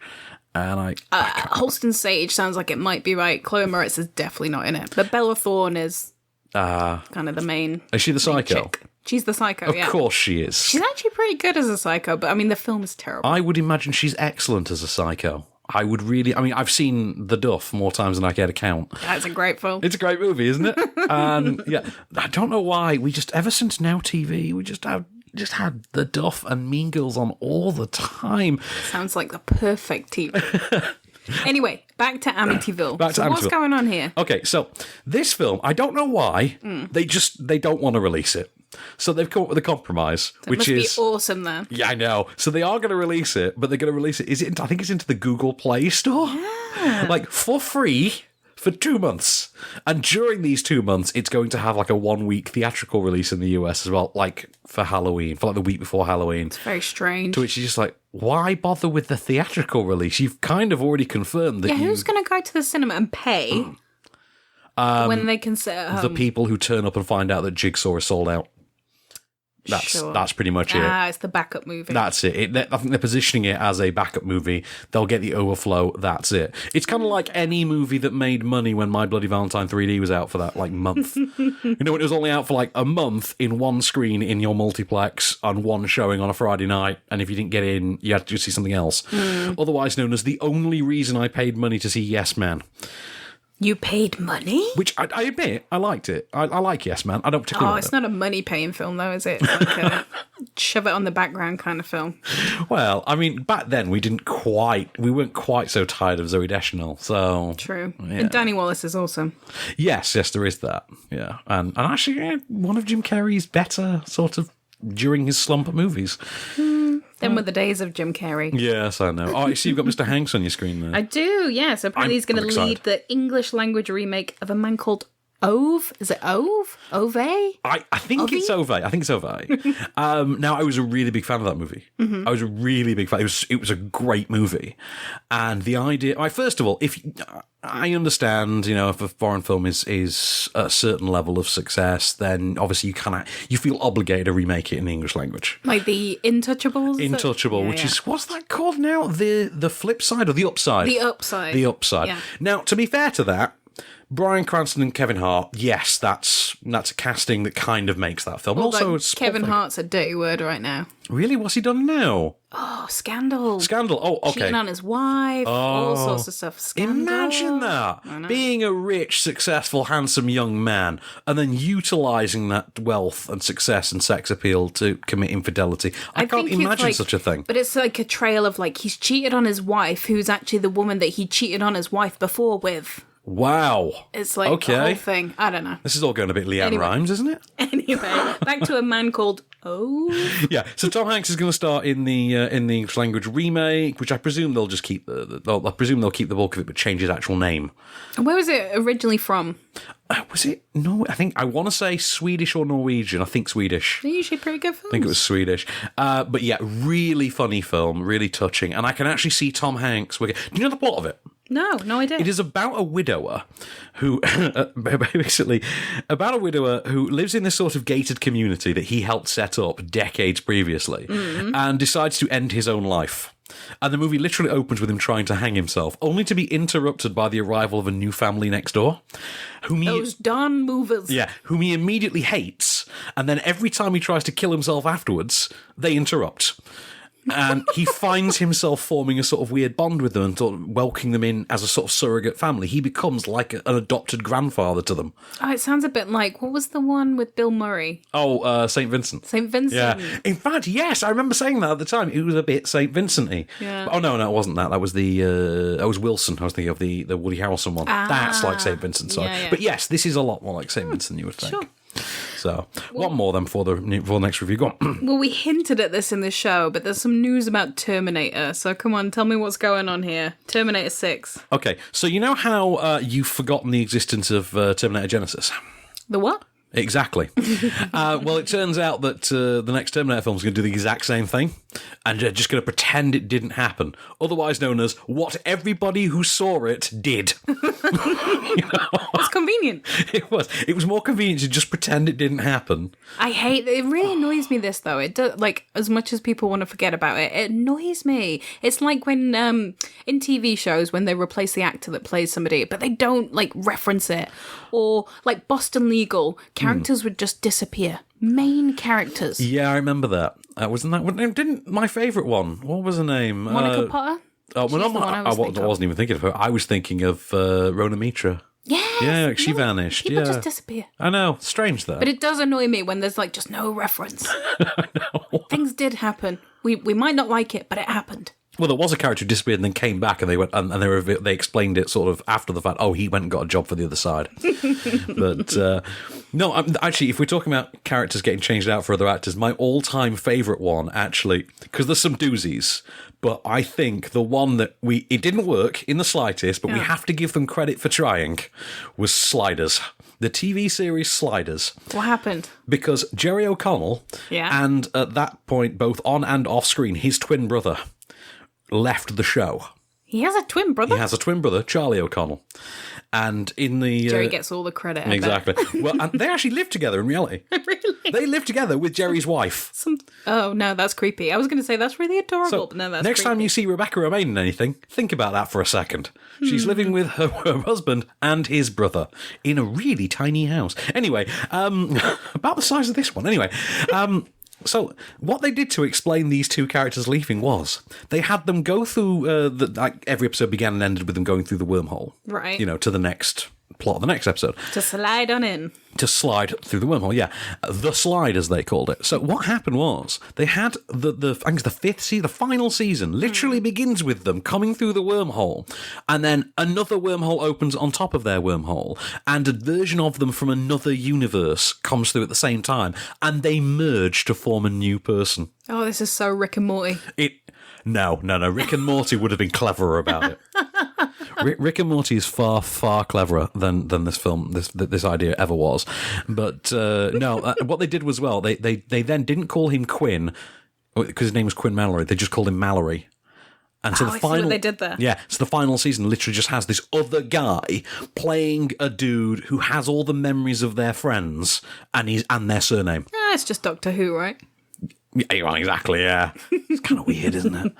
But hats off to them for trying it in, 1998, because it was basically unheard of at that point. Well done. But, yeah, 98, 97, something like that. And in conclusion, Terminator 6 is going to ignore Terminator Genesis. Yes. So, this roundabout point. Yeah, so... we digress. Apparently, it's just going to be a direct sequel to Terminator 2. So this Terminator 6 is actually going to serve as Terminator 3. Is the guy going to be in it? The one that's in Terminator 2? What's his name? Patrick? Oh, Edward Furlong. No, the guy. Oh, Robert Patrick. Robert Patrick. No, they're not allowing him to come back, even though he has gone out of his way to tell them, look, I really want to come back. I'm really interested. Please let me come back. They won't let him come back. Oh, that's Apparently, it's okay to get Arnie back at 71, but you can't get Robert Patrick back at like 60. And Robert Patrick, too old. Robert Patrick, good. He's in Scorpion. He's very enjoyable in Scorpion. Just have him back as the human being that they based the T-1000 on. There we go. That's our plea then. Please have him back. Yeah. Oh, so it's going to be a direct sequel to Terminator 2. Linda Hamilton's back as Sarah Connor. We revealed that last week. And James Cameron's producing, and Tim Miller did Deadpool. He's directing. Nice. It's got a release date, which is the 26th of July, 2019. So, you know, watch this space. We'll see what comes of it, I guess. Nice. Yeah. Why not? I'm sorry, but do you know what? I think, actually, do you know what? Calvin summed it up best when he said, is it just me, or at this point, has the Terminator franchise become like the actual Terminators themselves? It keeps coming whether you want it to or not. It keeps coming. There's no way to stop it. There's no stopping it. Yeah. Just it can't be bargained with. It can't be reasoned with. And it absolutely will not stop ever until you are dead. Or Arnie's dead? Is that bad? No, because they've already proven that they can just use CGI to reanimate Arnie, because they did that in the fourth one. Ah, there you go. So if you remember, a young Arnie did fight Christian Bale. Oh, of course. Yeah. There you go. So, and Arnie was nowhere near that production. That was entirely CG. Bet he got paid, though. So, let's talk then about... should we talk about a Russian movie about a middle-aged woman with a tail? I'm very intrigued, so yes, please. That's not a pitch you hear every day, is it? So, let me try and pronounce this. Ivan Vidovsky. I'm just going to go with Vidovsky. So Ivan Vidovsky written and directed this.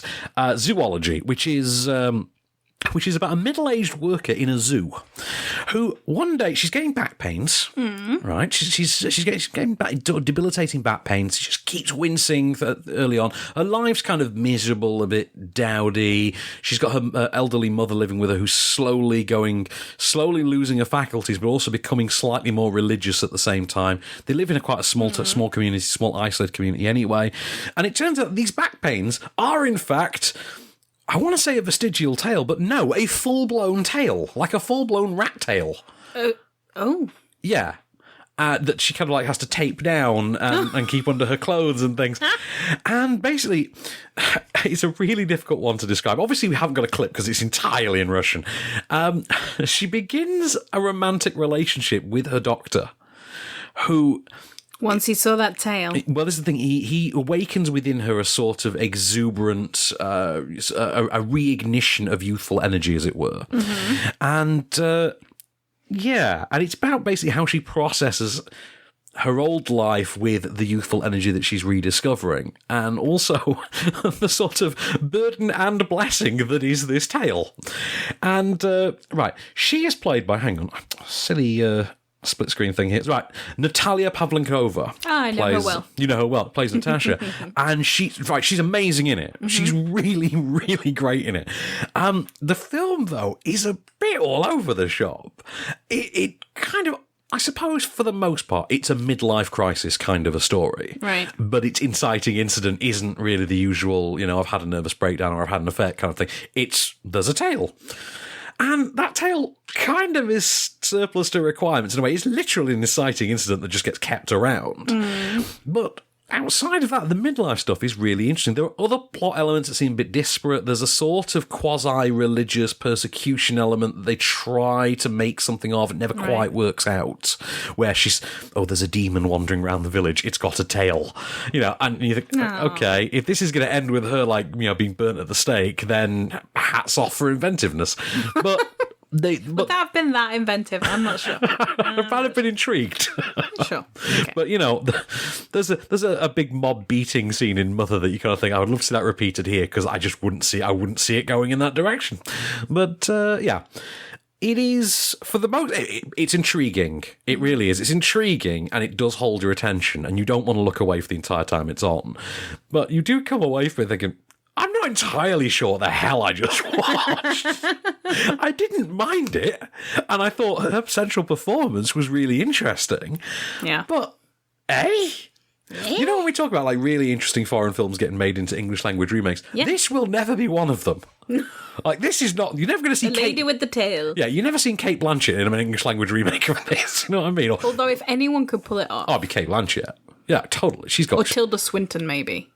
Too easy. Too easy. Too obvious. Too obvious. Too easy. Tilda Swinton. She could cough this one. Let's give it Bella Thorne. Bella Thorne. That's a challenge. Yeah, Bella Thorne playing a middle-aged woman. But I tell you what, though, it is weird. When I watched Home again, and they keep insisting that Reese Witherspoon keeps reminding us that she's 40. And you're like, I feel like you're really hammering this point home now. She has to, though. Have you seen her daughter? Oh, is this the daughter who's now about 20 and looks exactly like Reese Witherspoon? Identical. They are, aren't they? Identical. It's crazy. It's freaky. Oh, I tell you, I've never particularly been a fan of Reese Witherspoon. Oh, shocking. And I've always put it down to the fact that she slightly freaks me out. Because without me, she has a micro-expression. Mm-hmm. Right. Are you familiar with micro-expressions? Yes. Right, the whole lie to me thing. Actually, you'll know micro-expressions through work stuff. I do. Right. She has a micro-expression that is just like a cartoon villain. And once you see it, you can't unsee it. Right, okay, it's like Chris Pine's mole. Once you know it's there, you can't... He has a mole? Oh no, you've ruined him for me. Every actor has this one thing that once you know it, you can't not know it. True. Yeah, it's true. And it's like Christian Bale's wart between his. That once you see it, yeah. But that one, she's got a micro expression that's a cartoon villain's face, and it comes up a few times in Home Again. I'll be honest, now I just sort of chuckle at it. But I'm going to have to watch Sweet Home Alabama. Oh, God, I couldn't take that one. There was one a couple of years ago. Like, I'm sure it was like 2 years ago. There were 2 Reese Witherspoon movies that got sort of kind of dumped to DVD in this country. And I remember watching the trailer for one of them thinking that actually looked like it had potential to really make some money. Ooh, no idea. It was a few months before Wild. But we seem to, like, rom-coms are not the in thing these days. No, they have seemingly died a death, haven't they? It's a shame. It's because we live in an infinitely more cynical age, that's what it is. Tinder has killed the rom-com. True. But now we get, like, How to Be Single, which is kind of a rom-com, but it's not, and it's empowering, but then at the last minute How it's to Be not. Single is complete fiction. Are you seriously telling me that there is a universe that any writer can conceive of in which Alison Brie is depressingly single? Well, that's why it's a rom-com. They're not believable, are they? It's like, you know, She's All That. I'm really ugly because I wear glasses. You're literally wearing glasses right now. Just putting that out. No, I was being genuine in my statement. No, I actually, having said that, though, you got to respect She's All That. But oh, it's awesome, but it is, you know. She's All That is a film with the unmitigated goal to pretend that Freddie Prinze Jr. could have a film career. Oh. I mean, we got to give it that. That's brave. Dude gave up. He's a chef now. Don't worry. Is he? Yeah. I thought he was the head writer for the WWE. He might do that too, but he's also a chef, I'm sure. Oh, man. We never got that Scooby 3, did we? I'm sure the Twitter people will tell me if I'm wrong. I'm sure they will. Telling you, we just needed Scooby-Doo 3. That's all we needed. But Good times. Good times that we simply just didn't get. Do you want to do some more news, or do you want to do a give me some more news. We're having fun with the news. What we got? Cool. Well, this one I'm kind of excited about. I don't know much about it, but apparently the Walking Dead creator, I don't know, question mark. Oh, Robert Kirkman. He's going to adapt Kill the Minotaur? I don't know. Right, Kill the Minotaur. This is actually quite intriguing. I've not had the chance to read this comic series, but I hear really good things. Well, I'd never heard of it before until this kind of news broke, but it sounds like the kind of thing I'd be into. Well, it's like an almost Percy Jackson-fied, contemporary update of classic mythology. But with adults. That's what I like. Speaking of, can we get a Percy Jackson 3, people? Come on. Or at least give me a TV series. Oh, the second one was kind of rubbish, though. I don't know. Liked it. Kind of liked it still. It's a Netflix series. It's not a movie series. It's a Netflix. I agree. You'd watch the hell out of it as a Netflix series. Yeah. Anyway, so the idea is it's a contemporary reimagining of Greek mythology, specifically Theseus's journey into King Minos' labyrinth to face the Minotaur. Yeah. The Minotaur isn't just a mindless beast, though, in this version, because everything's been reimagined. The Minotaur is like a man-bull hybrid who has his own desire to conquer the world. And the labyrinth is now this basically entire world all of its own, in which everything is designed specifically to kill you. Oh, nice. And this is what they're making into a movie. So, yeah. Sounds awesome. Also, the comic books creators are actually writing the script for it, so... It does sound awesome. Yeah, we can't complain that it's not going to be the source material. Oh, please. Yeah, I'm looking forward to that. Yeah. Plus, I'm sure Sam Worthington's looking for a role. Oh, man. That'd ruin it. Probably would, wouldn't it? What else we got? Some really exciting news about It. Come on, tell us. What's going on? All right, so It Chapter 2. I mean, this was a given. We all knew we were getting Chapter 2. I mean, the movie literally ends with Chapter 1.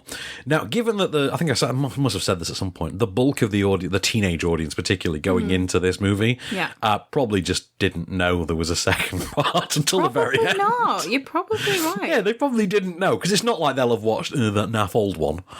It's awesome. Yeah, which is awesome, and I maintain holds up better than people think, because it just looks like every other Stephen King adaptation at that point in history. You just kind of forgive it because it's great and Tim Curry's amazing. Also, what fat kid doesn't want to grow up to look like John Ritter? There you go. A bearded, hip as hell John Ritter. Also, I'm just putting it out there, how sexy was Clark Kent's mum in that movie?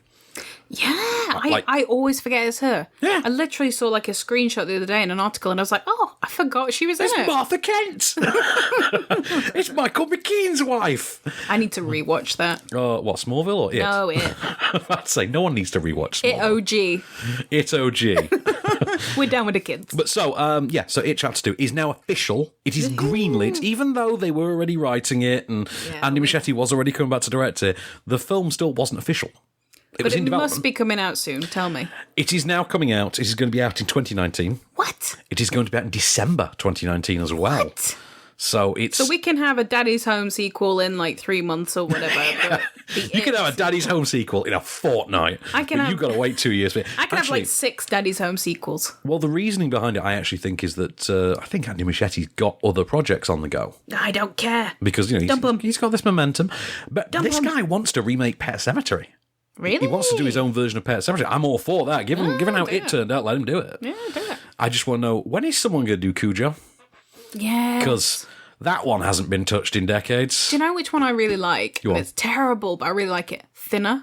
Oh, man, I love Thinner. I love Thinner. White Man from Town. Classic. I love it so much. Funnily enough, the gypsy daughter in that is one of the cast members from Sliders. Oh, well, there you go. Yeah. It all connects together. Yeah, see it all, because everything in life just leads back to Sliders, you see. Including 1,000,001 ripped off Stephen King plots. What a depressing thought. Yeah, but I would watch Thinner again. Who would you cast as the dude now in Thinner? Oh, I've no idea. Okay, wait. Bryan Cranston. Oh, do you know, literally, as I was saying, I've no idea, his face was in my mind, totally. Yeah, Bryan Cranston in a remake of Thinner. Come on, Hollywood, make this happen. To be fair, though, who are Bryan Cranston, who are his, equivalent peers in Hollywood right now? I don't know, actually. Bryan Cranston seems to have taken the slot that Tommy Lee Jones wanted 20 years ago but never got. And I don't know. I feel like Bryan Cranston is just going to become a more available Tom Hanks. Oh, more available. I'm cool with that. Yeah, I feel like that's the case.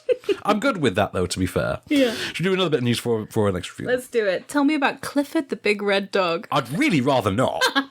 I need to know. But here's the thing. Is Clifford the Big Red Dog, is that something that's known in the UK? Well, I mean, I know of it. I swear my little sister used to watch it. Well, this is... Oh, okay, that kind of makes sense. Because I have a very Americanised upbringing, so I know these kind of things that aren't really things in the UK. Yeah. Clifford the Big Red Dog... Big Red Dog. This is a popular series of children's books from the 60s. Apparently, they've sold 124 million copies to this day. Ooh. Well, that's a thing. It also got turned into an animated series. It had a couple of sort of animated TV movies over the years as well.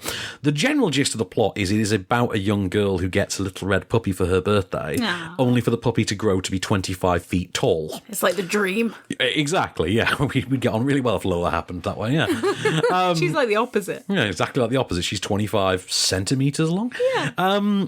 But yeah, and this is it. So what they're doing now is they're turning it into a live-action CG hybrid. Oh, it's live action? Yeah, so obviously, I think the way it's going to work is that Clifford will be CG animated. Well, I don't think they're going to put someone in a suit. Well, I mean, points for trying. I'd give them respect for trying. Yeah, true. And given that it's a Fox movie, we can say it would still be more creative than that last Diary of a Wimpy Kid movie. But anyway, they've gotten a director. They've got Walt Becker, whose biggest directing credit was Alvin and the Chipmunks' The Road Chip. Oh, man. which also was a live-action CG hybrid. So, But the kids liked it, right? I think so. I remember getting abuse from someone in their 30s on Twitter for giving it a vaguely negative review and being told I'd missed the point of it. Oh. I mean, I think I did declare that you could literally just get the soundtrack and kind of skip the film. But Kids like things like that. I don't know. it's a fourth Kids like one. these things. Kids like Despicable Me 3, and let's be fair. And that's a that garbage was sequel for not garbage good. people. It was not good. I still can't understand for the life of me what narrative function that film actually serves.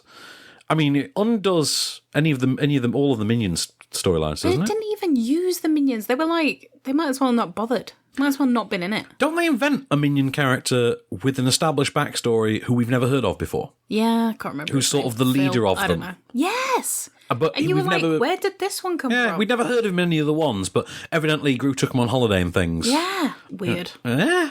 No, I don't know. But okay, fair enough. Yeah, whatever. Should we do a review? Let's do a review. What we I'm got? desperate to know about this one. Okay, I think I know which one this is. Pecking Order. Tell me everything. Right, okay. Pecking Order, which is I'm almost terrified to do this one. Pecking Order is a New Zealand made it's not a mockumentary. I was going to call it a mockumentary. No, it's not. It's a documentary. It's real life. A New Zealand documentary about competitive chicken pageantry. Right. It's about what? Competitive. How would you describe it? It is about the 2015 National Poultry Show in New Zealand. Sounds very nice. And it chronicles these chicken breeders who descend upon this sort of pageant or competition every year to display their finest chickens, whom they have groomed to perfection. Have we got a clip? We have got a clip for this. They've groomed them to perfection, and they've gotten them to walk in a certain way. Tell me they have little tiny chicken combs. They do. They really do. And they pore over their feathers and they look for like spots that don't quite work and they smooth them out and like maybe clip that feather. Do they hold the like tail up? You know, like when you see like Crufts when they hold like the chin and the tail. Kind of like that, yeah. It does. It's like Crufts. It is like Crufts, and it's written and directed by Slavko Martinov. And I tell you what, we'll save the actual review for after the clip. Here is a clip of what to expect with Pecking Order. I'm part of the Christchurch Poultry Club. I love chickens. My friends probably describe me as different. My wife says that I love them more than her. So do you want to go in a pen with a heater on it, eh?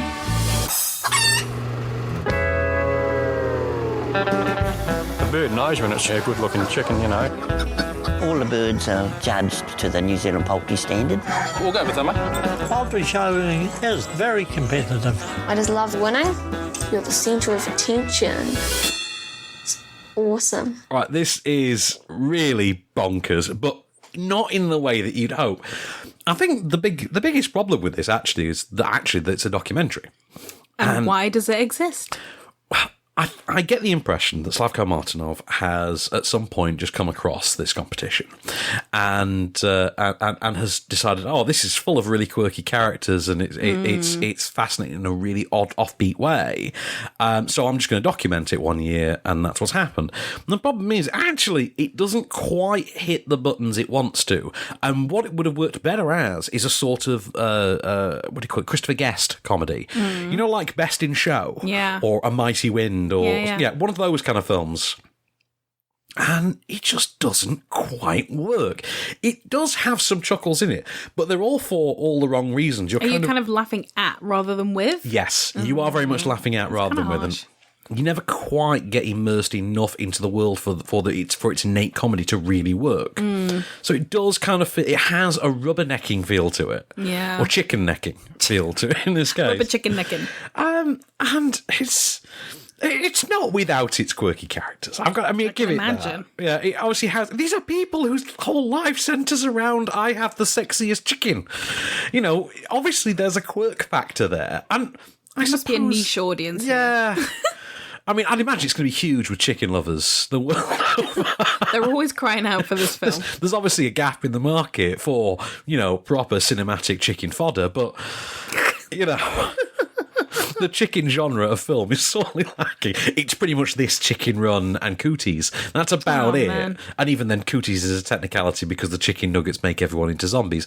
But that's really... Oh, Killer Joe, because someone is assaulted with a chicken. Of course. Yeah. Who could forget? Who can forget? Yeah, but it's pretty much this and Chicken Run. I'd say that's all that occupy that genre. But it's one for the documentary completists only. I wouldn't really recommend it specifically to comedy fans because I don't think it's quite got the comedic mileage. I guess it'd be more like a nasty comedy because you'd be laughing at the people. Yeah, it just doesn't quite. I can't figure out really where the niche is. I just can't, and I think that's a real sort of shame. But I don't know. I was faintly amused for the 88 minutes that it went on, but I feel like I was amused in the wrong way. Give it a miss, go to KFC. Give it a miss, go to KFC, exactly. Definitely, I mean, don't check it out if you're a vegan or anything, definitely. I mean, you're a veggie, so yeah. I think this might just reaffirm your path in life. As long as they're not eating the chickens. Oh, no. I mean, that'd be a good twist ending, though. Oh, man, that'd be awful. Whichever Jamie Oliver comes in and puts them in the grinder. Exactly. And I don't, because that's a plot point in a certain other film. But a certain big film that's out in a minute. Ooh. Grinders and people. Anyway. Man. Yeah, you won't know about it. Don't look into it too much. Okay. Right, okay. So, news me. What we got? So I want to know, there's a new buddy cop comedy coming. Because we needed another one. We've not had one since, what was it, Chips? Oh, don't remind me of Chips. Oh, well, this one's got more potential, though, right? Right. Okay. So this is because we were talking about Daddy's Home earlier, and of course the big thing with Daddy's Home is at the end of the movie when John Cena turns up. Love it. And you think, yes, we're finally. I hope we get a sequel now, just so that we can see John Cena, the man who looks like he ate Mark Wahlberg, star opposite Mark Wahlberg. He's a surprisingly good actor. He is, though. He really is. I loved him from the first time I saw him in Sisters. I think he's so good in that. Oh, he's excellent in that. What was it? My safe word is keep going. Which is even funnier in the outtakes at the end when he just keeps going with different safe words. And Trainwreck, to be fair, he was probably one of the best things in it. Oh, definitely, hands down. I don't think there was enough of him in that movie. Yeah. I think he needed to come back towards the end, like a little small appearance at the end. So who's going to be his buddy then? John Cena and... This makes me very happy because I finally got to rewatch The Big Sick this weekend. It's Kumail Nanjiani. Oh, yes. Good times. I love Kumail Nanjiani. I'm such a fan. I've been a fan of his since Franklin and Bash. I actually hated him in Franklin and Bash. Really? I really As Pindy? did. I could not bear him. Oh, I loved him in it. But yeah, he's grown on me totally. But I still haven't seen The Big Sick. Oh, The Big Sick's really good. I guess I watched it this weekend, and actually, even its faults, I now actually I think it was one of the best comedies of the year. And even in spite of its faults, I think that. And actually watching it for the second time now, I actually got to go, oh, actually, those faults really aren't as prevalent as I thought they were. Yeah, this is even better than I thought it was. Nice. Okay, that works. I think he is a great talent. I think he can really be something. You would never pair him with John Cena. No, that's the brilliance of it, though. My only thing is, when you hear that, Kumail Nanjiani and John Cena, buddy cop comedy, you kind of think of the other guys.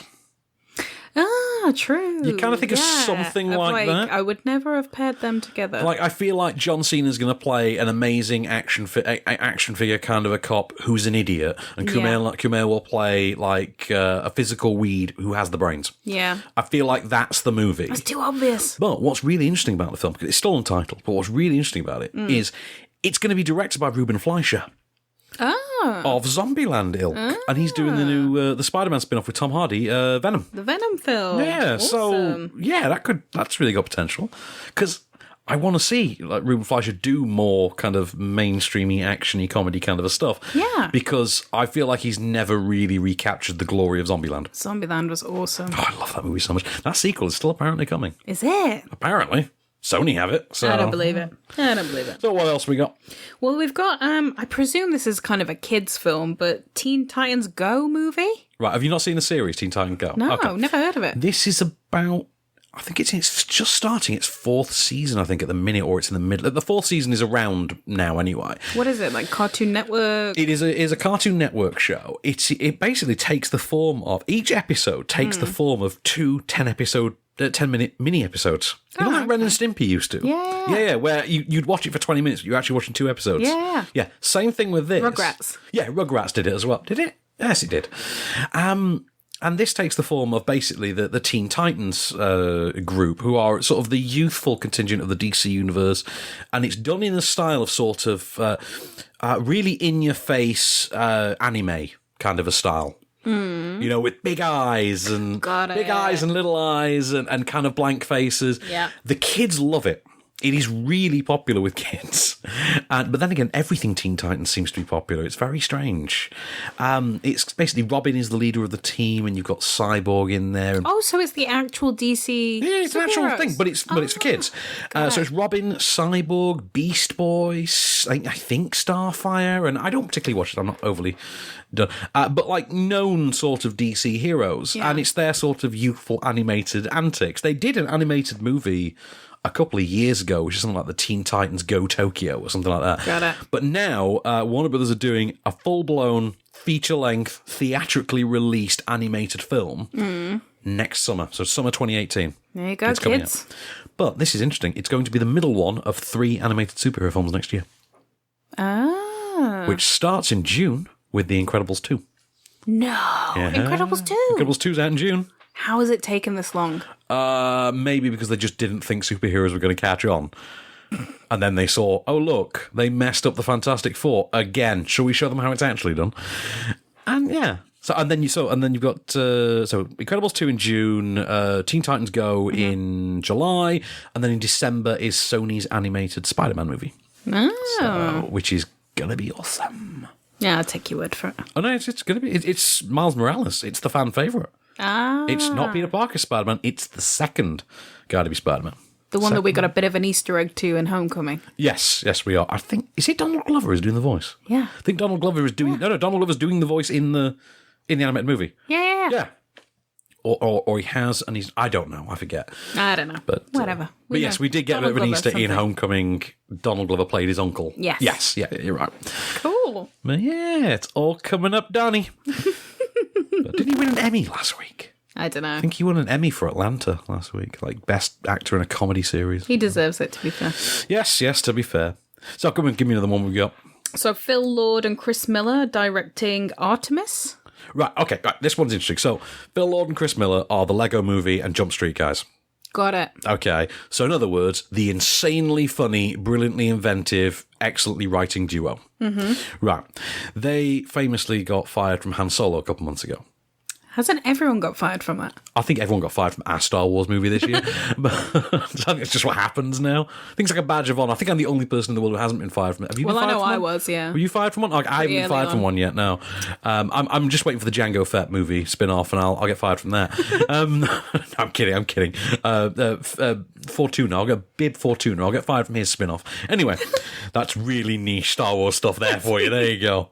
You've lost the audience. They've gone. Oh, no, I'm pretty sure we have a large contingent of nerds that listen to this, because they do hit us up with some really obscure things in communications. Anyway, so they got fired from Han Solo. They've not really done anything since they've sort of... I think they took a well-deserved holiday, to be honest. Oh, you would. I'd be kicking back on a beach. Yeah. They've now taken their first directing gig. It is, Andy Weir, who wrote the book The Martian. Yes. Which then obviously got turned into a brilliant movie, and the only good thing Ridley Scott has made in about 20 years. Okay, that movie. Well, it turns out that Andy Weir, who wrote that, has written another novel called Artemis. Yeah. That is being turned into a movie over at Fox, because The Martian made them so much money and got some Oscar nods. It also won the Emmy for Best Comedy or Musical. Oh, of course. Yes, quite fair. Well, I love that. Golden Globe? Was it Golden Globe or Emmy? I think it was Golden Globe. I think it might have been Golden Globe. Yeah. Best Comedy or Musical. Best Comedy or Musical. Which you can make the argument, I suppose, that The Martian was all of the above, plus a sci-fi movie. Musical, sure. Well, there was a lot of disco in there. Yeah, there was a lot of disco in it. It had music. Well, his follow-up novel, Artemis, is about a 20-something woman who lives in a small town called Artemis. And she's really stifled by this sort of dull small-town life, and she fancies herself a bit of a smuggler, and it gets her embroiled in a conspiracy to over control of this town. And here's the twist. This town is the first and only town on the moon. Dum, dum, dum. What a twist. What a twist. What? So yes, that's the follow-up. And Phil Lord and Chris Miller are going to direct this. Okay. So it's going to have some quirk. When we getting that then? I don't think there is a release date on it, actually. But, So TBC. TBC, but I'd imagine good. that sounds like an 18-month, 2-year job. I think, Cool. I would imagine. There's a lot of previs on that. Well, so. based on The Martian, I'll give it a watch. Oh, God, yeah. Martian was amazing. Yeah, it was Love good. The Martian. I can't remember how many times I wound up seeing The Martian. Too many. I saw it 3 times theatrically. But I think I was at Fox one day and I had an hour to kill and they had a screening on and I just popped in. For just an hour? For the last hour. Ah. But, and do you know what? Worth it. Worth it. Worth it. I did ask. I just walk in. I did ask. Oh, okay. I'm glad you cleared that up. Yeah, I just want to clarify that. I did ask. Okay, so another review. What we got? We've got Daphne. Ooh, Daphne. Okay, this is an interesting one. So, have you ever seen the TV series Fleabag? No. Okay, I would have thought that actually would have been very much your thing. Oh, maybe I need to watch it. I think it was a BBC Three series, round about the time that BBC Three was still sort of sputtering some kind of life. Is that still a thing? I don't think it is anymore, but I think it was in the death throes of BBC Three. Right. It wound up, I think, going over to the show wound up going over to like BBC Two or BBC One. It starred Phoebe Waller-Bridge as this sort of dysfunctional late 20-something, early 30s who talked to camera and just narrated basically the miserable, nonchalant, hedonistic life that she led. But there was a bit of a darker twist to it. This works as basically the film answer to that. Okay. Right. It is written and directed... Sorry, it's not written and directed. It's directed by Peter Mackie-Burns. It's his debut. It's written by Nico Mensinger. It stars Emily Beecham as Daphne. Okay, she's a 31-year-old nonchalant, hedonistic, miserable woman who doesn't talk to camera, but she does kind of narrate bits of it. Right. She kind of just meanders. She works in a kitchen in effectively a McJob kind of thing. She's just a kitchen worker. Yeah. And this is not what she wants to do in life or anything like that. She's quite dissatisfied. She derives her pleasure in life from basically just getting wrecked and taking the first guy home that she can. She doesn't even learn their name. She assigns them names. Literally. Gives them a name. That's your name for the night. And tells them, so it's Right. not even like a secret nickname. Yeah. You're Jim now. That's basically it. I love it. And after one such one-night stand, she's going home. She stops by the corner shop for literally cigarettes and headache tablets. And while she's there, the store is robbed, and the shopkeeper is stabbed in front of her. Ooh. And she basically she basically watches over him, calls the ambulance, and yeah. The police then refer her to counselling because obviously after such a traumatic incident. And I'll tell you what, the clip is from one such counselling session. So here we go. I understand you were witness to a violent assault. Perhaps you could start by saying something about that? About what sort of emotions that brought up for you? What sort of emotions? Things affect us in ways we don't always expect. Do you think that it's true that we just matter? That we just die? And that's it? Or the whole heaven and hell thing, that those are basic 2 choices? Is that something you think about a lot? Sorry, you don't actually know me or my life or anything about me, do you? Right, so Emily Beecham there, and I didn't know her from anything, and I was Wendy-eyed told me, actually, she's from Hail Caesar. I was like, really? Who was she in Hail Caesar? She goes, you know that bit with what's the slogan? Would that it were so simple. I went, I'm very, very familiar. Even I know that, and I haven't even seen it. Yeah, people who have the day off. Or apparently, she's the girl sat on the divan. Who he shares the scene with. The divan girl. Yeah, the divan girl. Well, apparently she's there, and I didn't remember her at all. I think she's genuinely great in this. Now, the problem is there's a dividing line down this film, and I don't like ever bringing age into film criticism. I don't think it's something that should ever really be done. In the case of Daphne, that dividing line actually appears to be there, and it appears to be there Not so much to people below 30. It seems to be there for people below 40 and 45. It seems to be. I think that there is I don't want to say a cultural element, but a mentality, a meaninglessness that is lost on older people. Right. If you understand what I mean. The nihilism of younger people is a central element to this film. Now, I actually thought the film, like Fleabag, did an exceptional job in portraying that in a way that people who didn't have that mindset could feasibly understand and process it. Yeah. Evidently, it doesn't quite work that way. And as a result, there was a lot of, it really wasn't up to much, was it? Or no, I found her quite unlikable and unsympathetic. I didn't get that at all. I thought she was exceptional in this film. And I liked the manner in which she portrayed her nihilistic viewpoint, this complete devoid of meaning and substance. Yeah. And it's not that she is, a person who lacks substance. It's that she's a person whose life lacks that substance, who wants that substance. Yeah. And the performance, as a result, is really, really solid. And it works. And it sold that to me. But perhaps it's that I know that exists. I thought it did a good job of putting it across. Evidently, it doesn't. So, obviously, it's not terribly successful. Now, I personally thought it was, but I think in a mainstream sense, it obviously lacks that level of success, because I'm big enough to admit that. There's a great supporting cast. There's no real names amongst this. There's a great supporting cast, though. The script, I thought, was really insightful. But again, without mainstream appeal, without any real cross-generational appeal, I think it's something that people of a similar age will watch and enjoy. I think you, for instance, you'd watch this and think, okay, I can understand that bit. I can understand that. I can relate to that, and that, and that. Yeah. I think there's stuff in there that will connect with you if you've had your formative years in the 21st century. Yeah. I think there is something to this. There's something that works for the Tinder generation in there, even though actually the film is quite anti-Tinder. I mean, there is a prolonged monologue. I think even the people on Tinder are probably anti-Tinder. There's a prolonged monologue, for instance, about how she hates that the world has now just become a bunch of people looking at screens. That's true. And there's a really great expansion on that about the manner in which people portray themselves online. And you think, okay, this has obviously been written from from a place of actual experience and knowledge. Yeah. And I do think as well, if you don't share that experience and knowledge, the film does not successfully put it across to you. It does not successfully sell that psychology to you. Do you think it should have been more of a TV movie? Well, no, because we already have Fleabag. Once you've got Fleabag, and believe me, Fleabag is so good. He is so good. I'm already writing it down. I'm going to watch it. Gosh, I think he's on Amazon Prime. Oh, awesome. I think it's on Amazon Prime. Makes my life the entire. It's only 6 episodes. I think.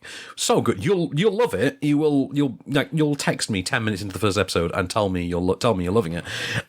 Daphne, I think, is a good second place to Fleabag, but it's not a film. I don't think I would recommend this to someone our parents' age, for instance. Yeah. I don't think I would recommend it to a grandparent. I wouldn't recommend it to someone younger than, say, 18, even though the film itself is, I think, of 15. Because I think there's a relatability. In the same way that I don't quite get the life that a 15-year-old lives now, I don't think a 15-year-old would quite get this.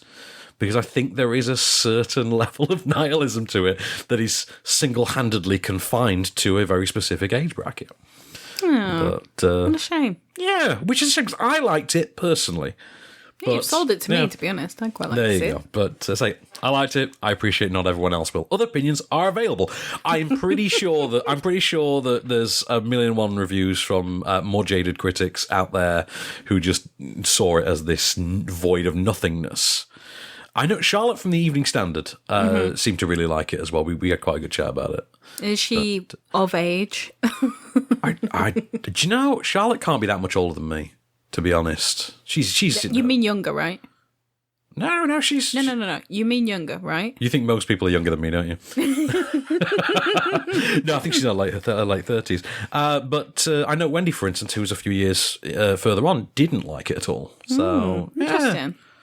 Yeah, it's a real litmus test of a film. But, I can see in that same way that I don't think you could show a 50-year-old The In-Betweeners. and have them really get... You know, in that way that the in-betweeners has to have a certain level of self-referential experience. Same kind of thing. Yeah. But, there we go. But I did like it. I think it was charming. I'll watch Emily Beecham in something again. I really liked her in this. You'll watch her on a divan. I'll watch her in a divan. Would that it were so simple. So, let's get some news to wrap us up then. Cool. So we've got a new Roosevelt biopic. Ah, yes. Teddy Roosevelt this time. Not Franklin D. So, do I say it wrong? I say Roosevelt. Is that the wrong pronunciation? I don't know. You hear both. Yeah. I always say Roosevelt. I'm going to go with you because you had the whole American high school thing. I don't know. Roosevelt. Let's do it. I go with Roosevelt. And this is Teddy Roosevelt, who was the youngest president. I'm not sure if he still is. I think he still ranks as the youngest president. I don't know. Well, I know Trump's old as all hell, but... But Obama was pretty young, though, right? Obama was pretty young, but Obama was still in his late 40s, I think. Was he? Mid to late 40s? You look good. Oh, no, dude still looks good. But that man aged gracefully, didn't he? I mean, that job obviously ages people. I'm sure Trump's going to come out looking like Palpatine. What do you mean, gonna? Exactly, a good point. So who's playing Roosevelt, then? So, none other than the wolf himself. No way. Mr. DiCaprio. Leo's back. But here's where this gets interesting. It's going to reunite him with my favourite of DiCaprio's directors, and also his most frequent director, Martin Scorsese, who apparently has not met a film that he didn't want to stick Leonardo DiCaprio in, other than The Irishman. But, these two love working together. Well, if it works, it works. They do. But to be fair, it does. It gave us Wolf of Wall Street. What wrong can you say with that? I mean, The Departed. I love The Departed. The Departed. The Departed. You a cop? You a cop?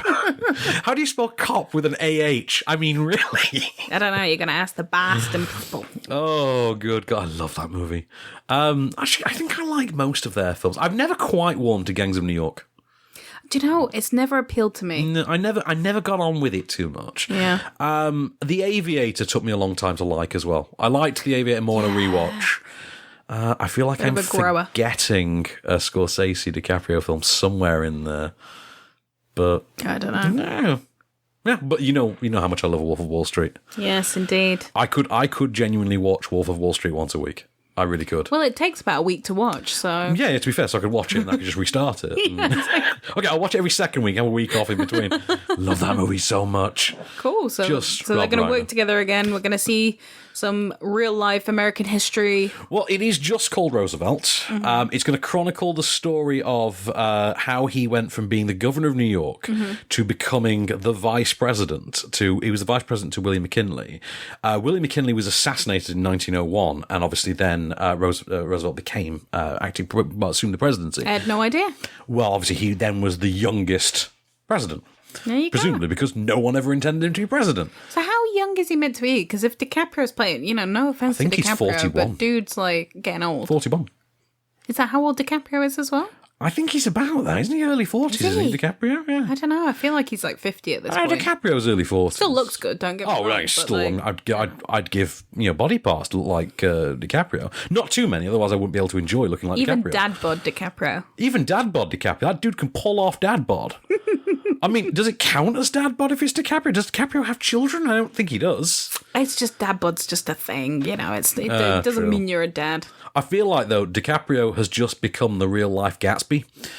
And that is his life now. He just lives in his palatial estate and looks down on his army of models in his pool. Producing every film ever. He really is. I'm so tired of hearing the name Appian Way at this point.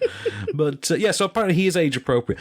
Roosevelt, incidentally, his legacy was for conservation. He was the president who brought about, the Parks and Recreation Department and things like that. He's that president, preserving the forests and... Yeah. So we have him to thank for Chris Pratt. Yes, we have him. Yes. Thank you so much for Aubrey Plaza.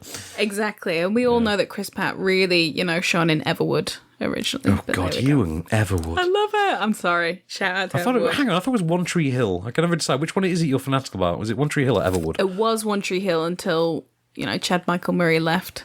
Oh, Chad Michael Michelson. Chad Michael, dude, Harley.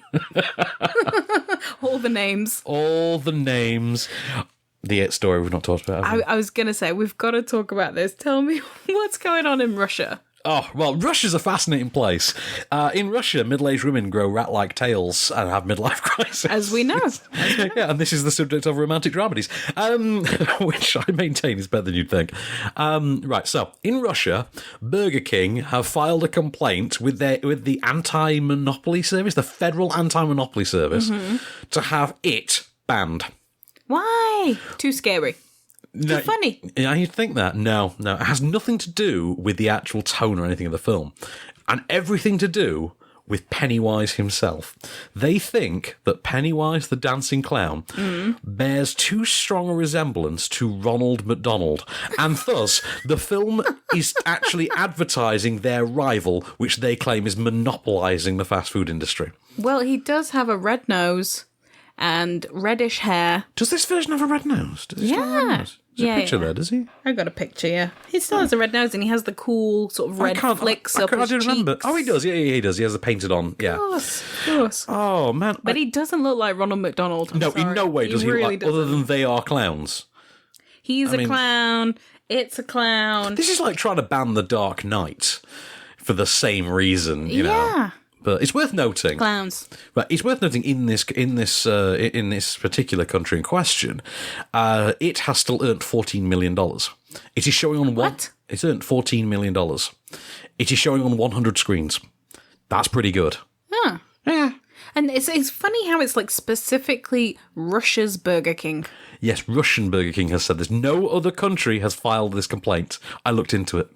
Yeah, no other country's filed this complaint. There it you is go. Hilarious to me. But yeah, there you go. If that's the hill you want to die on, Burger King, or Comrade Burger King, whatever you want to call yourselves, then so be it. You have fun with that. It's your loss. It's your loss. Tell me about Nightwing. Nightwing.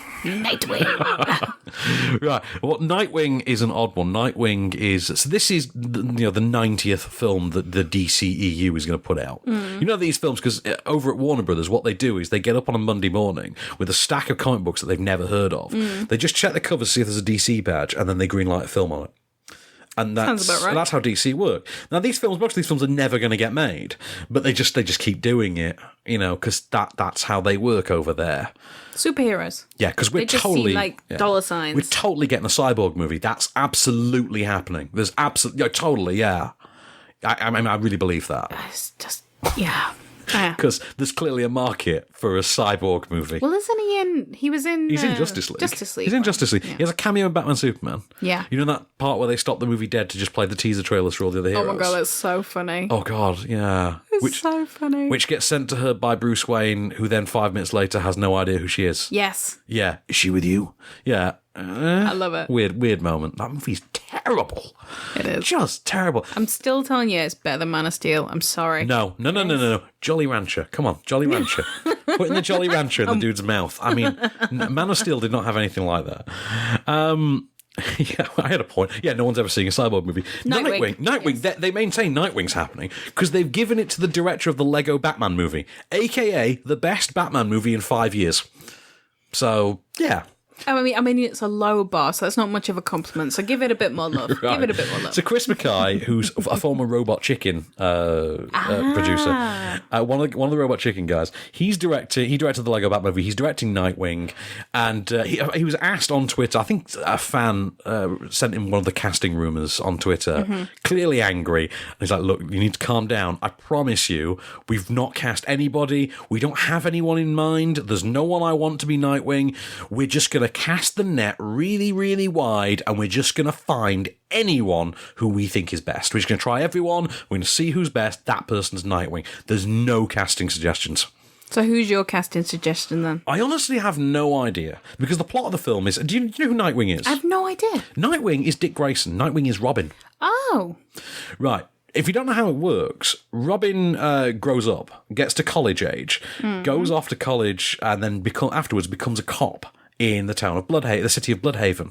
Right. Once there, he decides he's too old to be Robin anymore. So he gives up the mantle of Robin, and Bruce Wayne takes on another Robin. In fact, he takes on 2 more Robins. Oh, sorry, 3 now, because he has his son as well. All at once, or? No. Okay. Takes one on, they either age out, quit, or get killed. Spoiler. Well, quite famously, there is the one who gets brutally murdered by the Joker. Yeah. And then recently, Bruce Wayne's son has become, Damian Wayne has become Robin. Damian Wayne. Who is also the grandson of Ra's al Ghul. Of course. As you do. So Liam Neeson's the granddaddy, Christian Bale's the daddy. Strange. Yeah, weird, isn't it? Okay, so he's grown up. He says, I'm not Robin anymore. Can't be wearing no tights. Instead, he adopts his own superhero costume, which is basically an all-black suit, a Robin-style mask, but it's got the blue bird logo on the chest. He is Nightwing. So this story is basically going to be more about his origins. It's going to have a lot. It's going to be set in the present day, but it's also going to have a lot of his origin stuff because obviously he grew up in the circus. So it's going to have a lot of that. There's going to be a lot of practical stunt work in there as well. There is a live-action Teen Titans series coming out this next year called Titans, and they have cast they've cast Nightwing for that, and they cast Brenton Thwaites. Why do I know that name? Because he's Will Turner's son in Pirates of the Caribbean 5 and Gods of Egypt. Of course. Oh God! Don't remind me of that. I know. Good Lord, that movie sucked. I know. Do you know, I haven't even seen the end. Have you never seen the end? I know how you say you shouldn't judge a film unless you've seen it all, but I don't need to. Do you know what? I'll be honest with that one. Yeah, that one kind of sets its own tone early on, and it never strays from it. I mean, I kind of have a little bit of a soft spot for the idea of an ancient Egyptian push-up bra, but aside from that... They were famous for it. Yeah, of course they were, the ancient Egyptians and their push-up bras. But yeah, Brenton Thwaites is the TV version, so I don't know if you get someone around that same age, or... I was going to say, what kind of age, if you've grown up I'd imagine Nightwing you'd kind of do at about, I don't know, 25 to 30, I suppose. Kind of has to be that range. What about... What's the guy called in the Duff? Robbie Amell. Robbie Amell. Yeah, you know what? I wouldn't put that past them because they seem to have no concept of who starred in the TV series and who stars in the movies. Because Robbie Amell's obviously in The Flash. Is he? Yes. Oh man, I'm really out of touch. Yeah, he's Firestorm. So his brother is Arrow. No, his cousin is Arrow. Oh, is it his cousin? They're cousins. They just look weirdly alike. They really do. They do. By the way, did you know that Zac Efron has a younger brother who looks exactly like him? No. Yeah. And he's a professional swimmer. What's his name? I don't know. Dave Efron? Zac and Dave.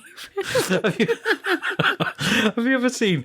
Was it the roast of Dave Franco? Roast of James Franco. Yeah. When someone makes the gags, like, yeah, and then they told us there was another one, like he had a brother, and we were like, we jokingly said, "Oh, really? What's his name? Dave Franco?" Like, actually, yes. I think the definitive statement on Dave Franco. Poor guy. It does seem like the iPhone 3G S. I really like Dave Franco, but he chooses some weird films to be in. He really does, including his brother's one coming soon. Sure. But the trailer looks interesting. But they usually do. Anyway, are we done with the news now? I think I'm all out. We killed it all this week. But I couldn't think of anyone for Nightwing. I'm sorry. I'm going Robbie Amell. If it were 10 years ago, I'd have said Joshua Jackson. But Joshua Jackson is my answer to everything. But look, I'm a fan of Joshua Jackson. I'm annoyed that they've never given him the lead in the Mighty Ducks reboot that he clearly needs. I was going to say, that's the only role I will accept is in a reboot. Reboot of the Mighty Ducks, where he gets done for drunk driving. Or just a plain sequel, but he just takes on the mantle. Yeah, where he takes on the coaching job. Yeah, it doesn't need to be a reboot. Total. Oh no, that would be a reboot. That'd be a reboot cool, because he'd obviously need a whole new cast. Reboot cool, there you go. Sure. I don't know who I'd cast. I really don't. It's a thinker. Who's big on television? I don't know. It's hard. Not a clue. I know one name. Bryan Cranston. Yeah, one name that keeps getting used, Milo Ventimiglia. Oh, no, he's far too Milo old. Ventimiglia. But for some reason, people keep suggesting him. I don't know. I love him, though. But Zephron. Get Zephron to be Nightwing. There you go. I'd definitely watch it. You'd watch that, wouldn't you? You'd watch Zac Efron fight crime in spandex. You absolutely would, and you know it. Yeah. On which note, here it is. Your moment of cage. If I didn't love you so damn much, I'd have to kill you, bro.